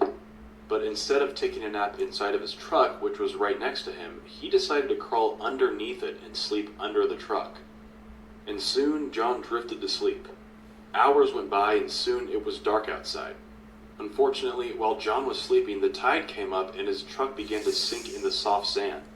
And in doing this, it crushed him to death. The craziest coincidences ever, part 3. 2 men accidentally swam into each other at a pool party at the Flamingo Hotel in Las Vegas. But when they looked at each other, they were shocked when they realized they were identical. They even had the same hat and sunglasses, and their builds were exactly the same. In 1945, a man named Tsutomu Yamaguchi was on a business trip in Hiroshima when an atomic bomb hit the city. He was slightly injured in the blast, but he survived. After this, he returned to his home in Nagasaki, which took 3 days because of the chaos. He went to his office and tried to explain what happened in Hiroshima to his boss, but his boss didn't believe it. Then another atomic bomb dropped on Nagasaki right next to his office, but he survived again. When he managed to get home, he found his house had been significantly damaged. But miraculously, his wife and children also survived the blast. So the question is he the luckiest or unluckiest man alive? This terrifying serial killer. Luckiest man alive. 2 bombings back to back. He's the GOAT, bro. I don't know what else to say, man. That's good activity. Kidnapped a 17-year-old girl who was able to brainwash and outsmart the serial killer. This is a case that you guys have been begging me to cover ever since I started posting. Bobby Joe Long had a terrible childhood like most serial killers do. His mother gave birth to him when she was only 17 years old, and then his father abandoned him and his mom when he was only 2. And Bobby's mom was a pretty bad mom, and Bobby had some mommy issues because of it. His mother was really neglectful, always out partying, leaving Bobby home alone, and then his mom would bring home these random men for like a hookup, a one-night stand. But the thing is, Bobby and his mother could only afford a 1-bedroom apartment, and Bobby and his mom shared the same bed, meaning that his mother was bringing home these random men and sleeping with them on the same mattress that her son Bobby was sleeping in. And somehow that's not the worst of it, because Bobby and his mom shared the same bed up until Bobby was a teenager, meaning his mom was hooking up with random men in the same bed as her teenage son.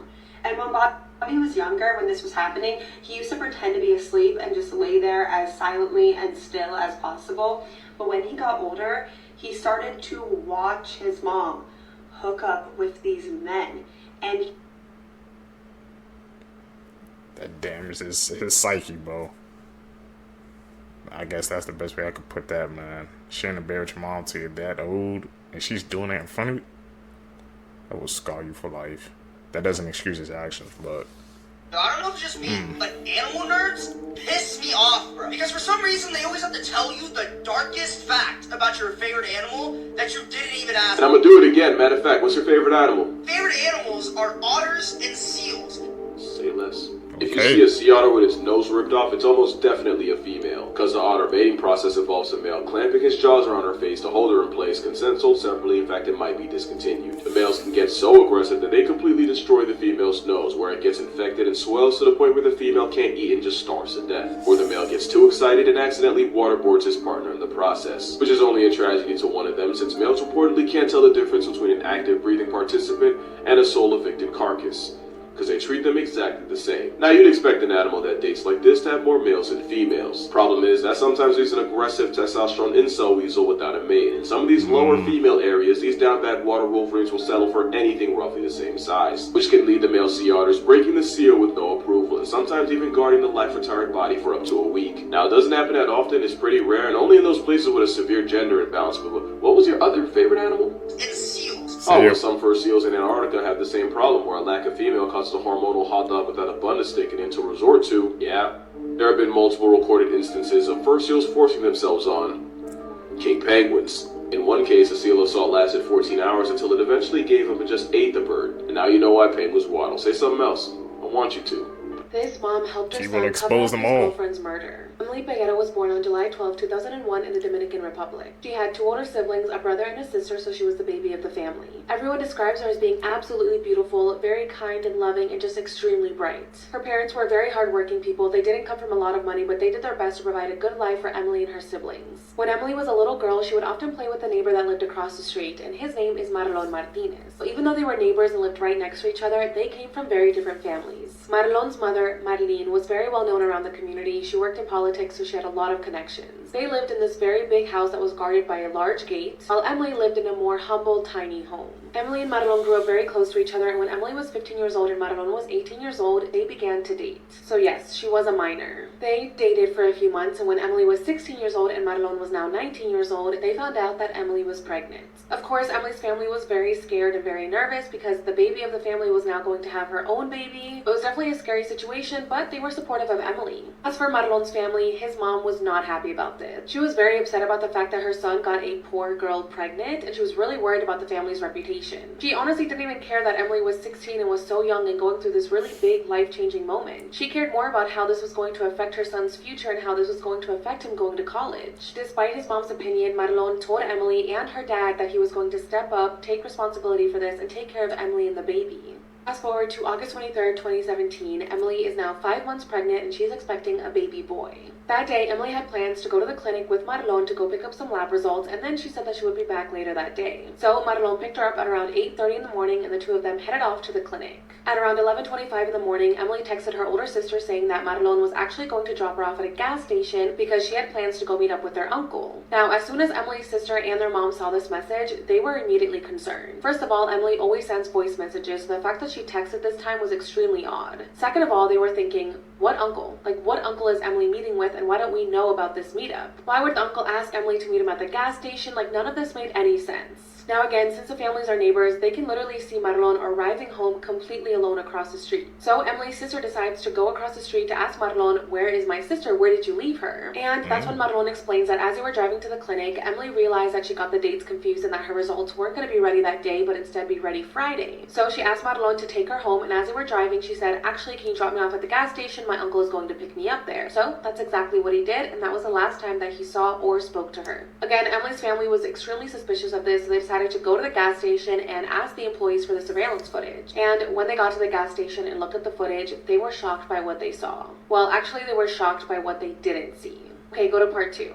She was paragliding when suddenly a storm comes out of nowhere, pulls her into the heart of it, and then propels her up 33,000 feet in the sky, which is higher than Mount Everest and the same cruising altitude as planes. At this height, temperatures plummet to negative 58 degrees and oxygen levels are dangerously low, creating a fatal environment. On the way up, she's hit with hail the size of golf balls before she ultimately loses consciousness. And then, despite being unconscious for over 40 minutes, she wakes up. Her paraglider remains stable due to the strong upward currents, preventing a fatal spiral. Thankfully, the storm's downdrafts eventually brought her back to a lower and safer altitude. And then once she woke up, even though she was disoriented and barely able to move, she managed to regain control of her paraglider and land safely.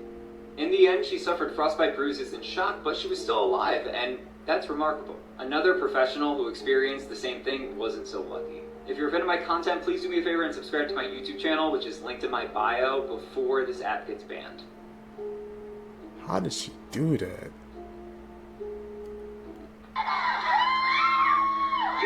Not lucky that has to be free to happen. So I just recently came out with a brand new... The mother grace of Less God. than 2 hours after that video was filmed, the girl on stage in that video would be dead.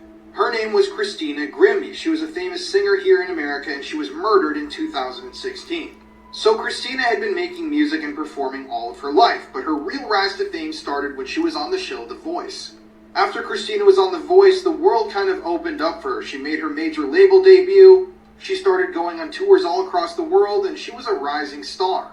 Sadly, though, she attracted the attention of a very disturbed individual who can actually be seen here in footage from her final show, creepily watching Christina perform from the crowd, knowing what he was about to do. That man was 27-year-old Kevin James Loibl. So Christina's performance that evening ended at about 10 p.m., and afterwards she moved over to a little booth to sign autographs for people who had come to the show. At around 10:24 p.m., Kevin approached Christina. Christina, thinking he was just like every other fan there, opened her arms up to give him a big hug. But that's when Kevin retrieved a Glock pistol from his person and shot her 3 times at point-blank range. After the shots rang out, Christina's brother tackled Kevin to the ground. Yes, sadly, Christina's brother was there working the booth with her that evening. But after a fight, Kevin managed to get himself free. Sadly, Christina had been shot twice in the chest and once in the head. And by 10:59 p.m., not even a full hour after she finished her performance, Christina Grimmie was pronounced dead. Afterwards, Kevin's family left this note for the media. This was all they had to say after the tragedy. But fans, even to this day, remember Christina as an amazing singer and talk about the potential that she had if she hadn't been taken from this world so quickly. If you want to listen to more true crime stories, check out the podcast Murder in America that I co-host with my wife, Courtney. You can listen to it on any streaming platform. Be here 1 minute, go on the next, man. She was a great person. Just trying to be nice, trying to show some love to her fans, and look what happened. Now you know why all these, I guess, big people, famous people, why they always be having security around. This is part 2 of what went on during the Habersham County press conference on Debbie Collier this morning. I highly suggest you go to the other video that I just made so that you can hear all the other details as well. So, the most crazy information that they did give during this press conference was that Amanda did speak to Debbie on the phone that afternoon. So he does not have the exact time on it. But whenever somebody asked if Amanda would give any indication on why she was going to the Family Dollar store, the police officer said that Amanda said that Debbie was going to the Family Dollar to buy supplies to clean Amanda's house. This raises so many questions for me because, I mean, first, why would you drive 90 minutes north to go to a Family Dollar to buy cleaning supplies when there's all these stops along the way and near her house to be able to get the same supplies? And the weirdest thing, none of that supplies is used to clean a house. I mean, paper towels, yeah, sure, but a torch, a poncho, a tarp, what would that be used for to clean a house? And coincidentally, all that supplies was found at the murder scene. They also confirmed that Amanda was living in Maryland with her brother, and she moved back down on the 8th of September. And remember, Steve lets Amanda live in the rental house off and on, basically whenever Amanda needs somewhere to stay. It was also confirmed that Steve was working from 9 a.m. to 4 p.m. parking vehicles for the football game that was going on, and they have all of it on CCTV, so it's very unlikely that he's involved. So Amanda spoke to Debbie that afternoon. She got the Venmo transaction at 3:17, and then she waited a whole 3 hours to contact the police and file a missing persons report. And we don't know if Amanda tried to call her mom or anything between the Venmo transaction and when the police report was filed. That was pretty much the extent of the information that they gave. The detective did mention that this is not a sprint, and that they're going to take their time on this to be able to get all the information correct, which honestly I respect. Like, get all the information and then do what you need to do. Especially so whenever someone's found, court is smooth and there's no question or anything, to not be able to give this person the maximum punishment. One more thing is that they did mention that the autopsy is not completed yet. They have not received the report, and that the medical examiners gave them a 6-week time frame, likely because they're waiting on that toxicology report to come back. Okay. So let me know what you guys are thinking. They did say that they will do another press conference as soon as they get the autopsy report back, and hopefully by then they have more information. I think it's interesting that no one has been ruled out yet. And I will be super interested to see the timeline that they come up with whenever they get all the access to the phones. It's not really looking good, though, for Miss Bearden. But then they're taking their time with that case.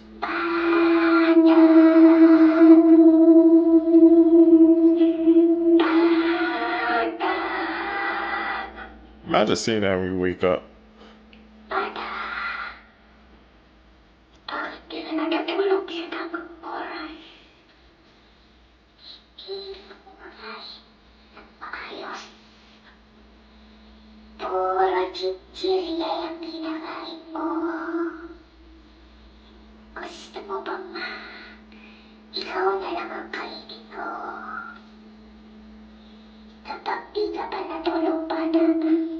Speaking gibberish?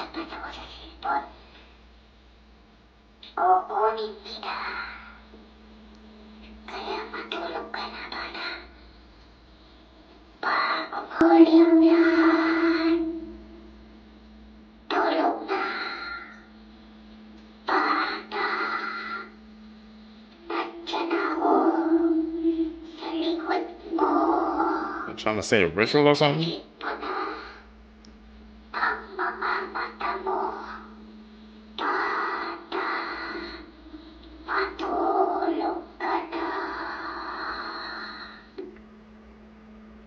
Okay, I'm guessing that thing, man, that Ed was trying to say ritual or something. I don't know. Seekers, that's it, man, for this video for you guys today. If you guys made it with me to the end of the video, you're true seekers seeking the truth. I greatly appreciate the support. Make sure you guys leave a thumbs up in this video, comment down below. Also, hit that post notification bell so you always get notified when I upload my videos. Guys are gonna catch you in the next one, man. I'm out. Peace, YouTube.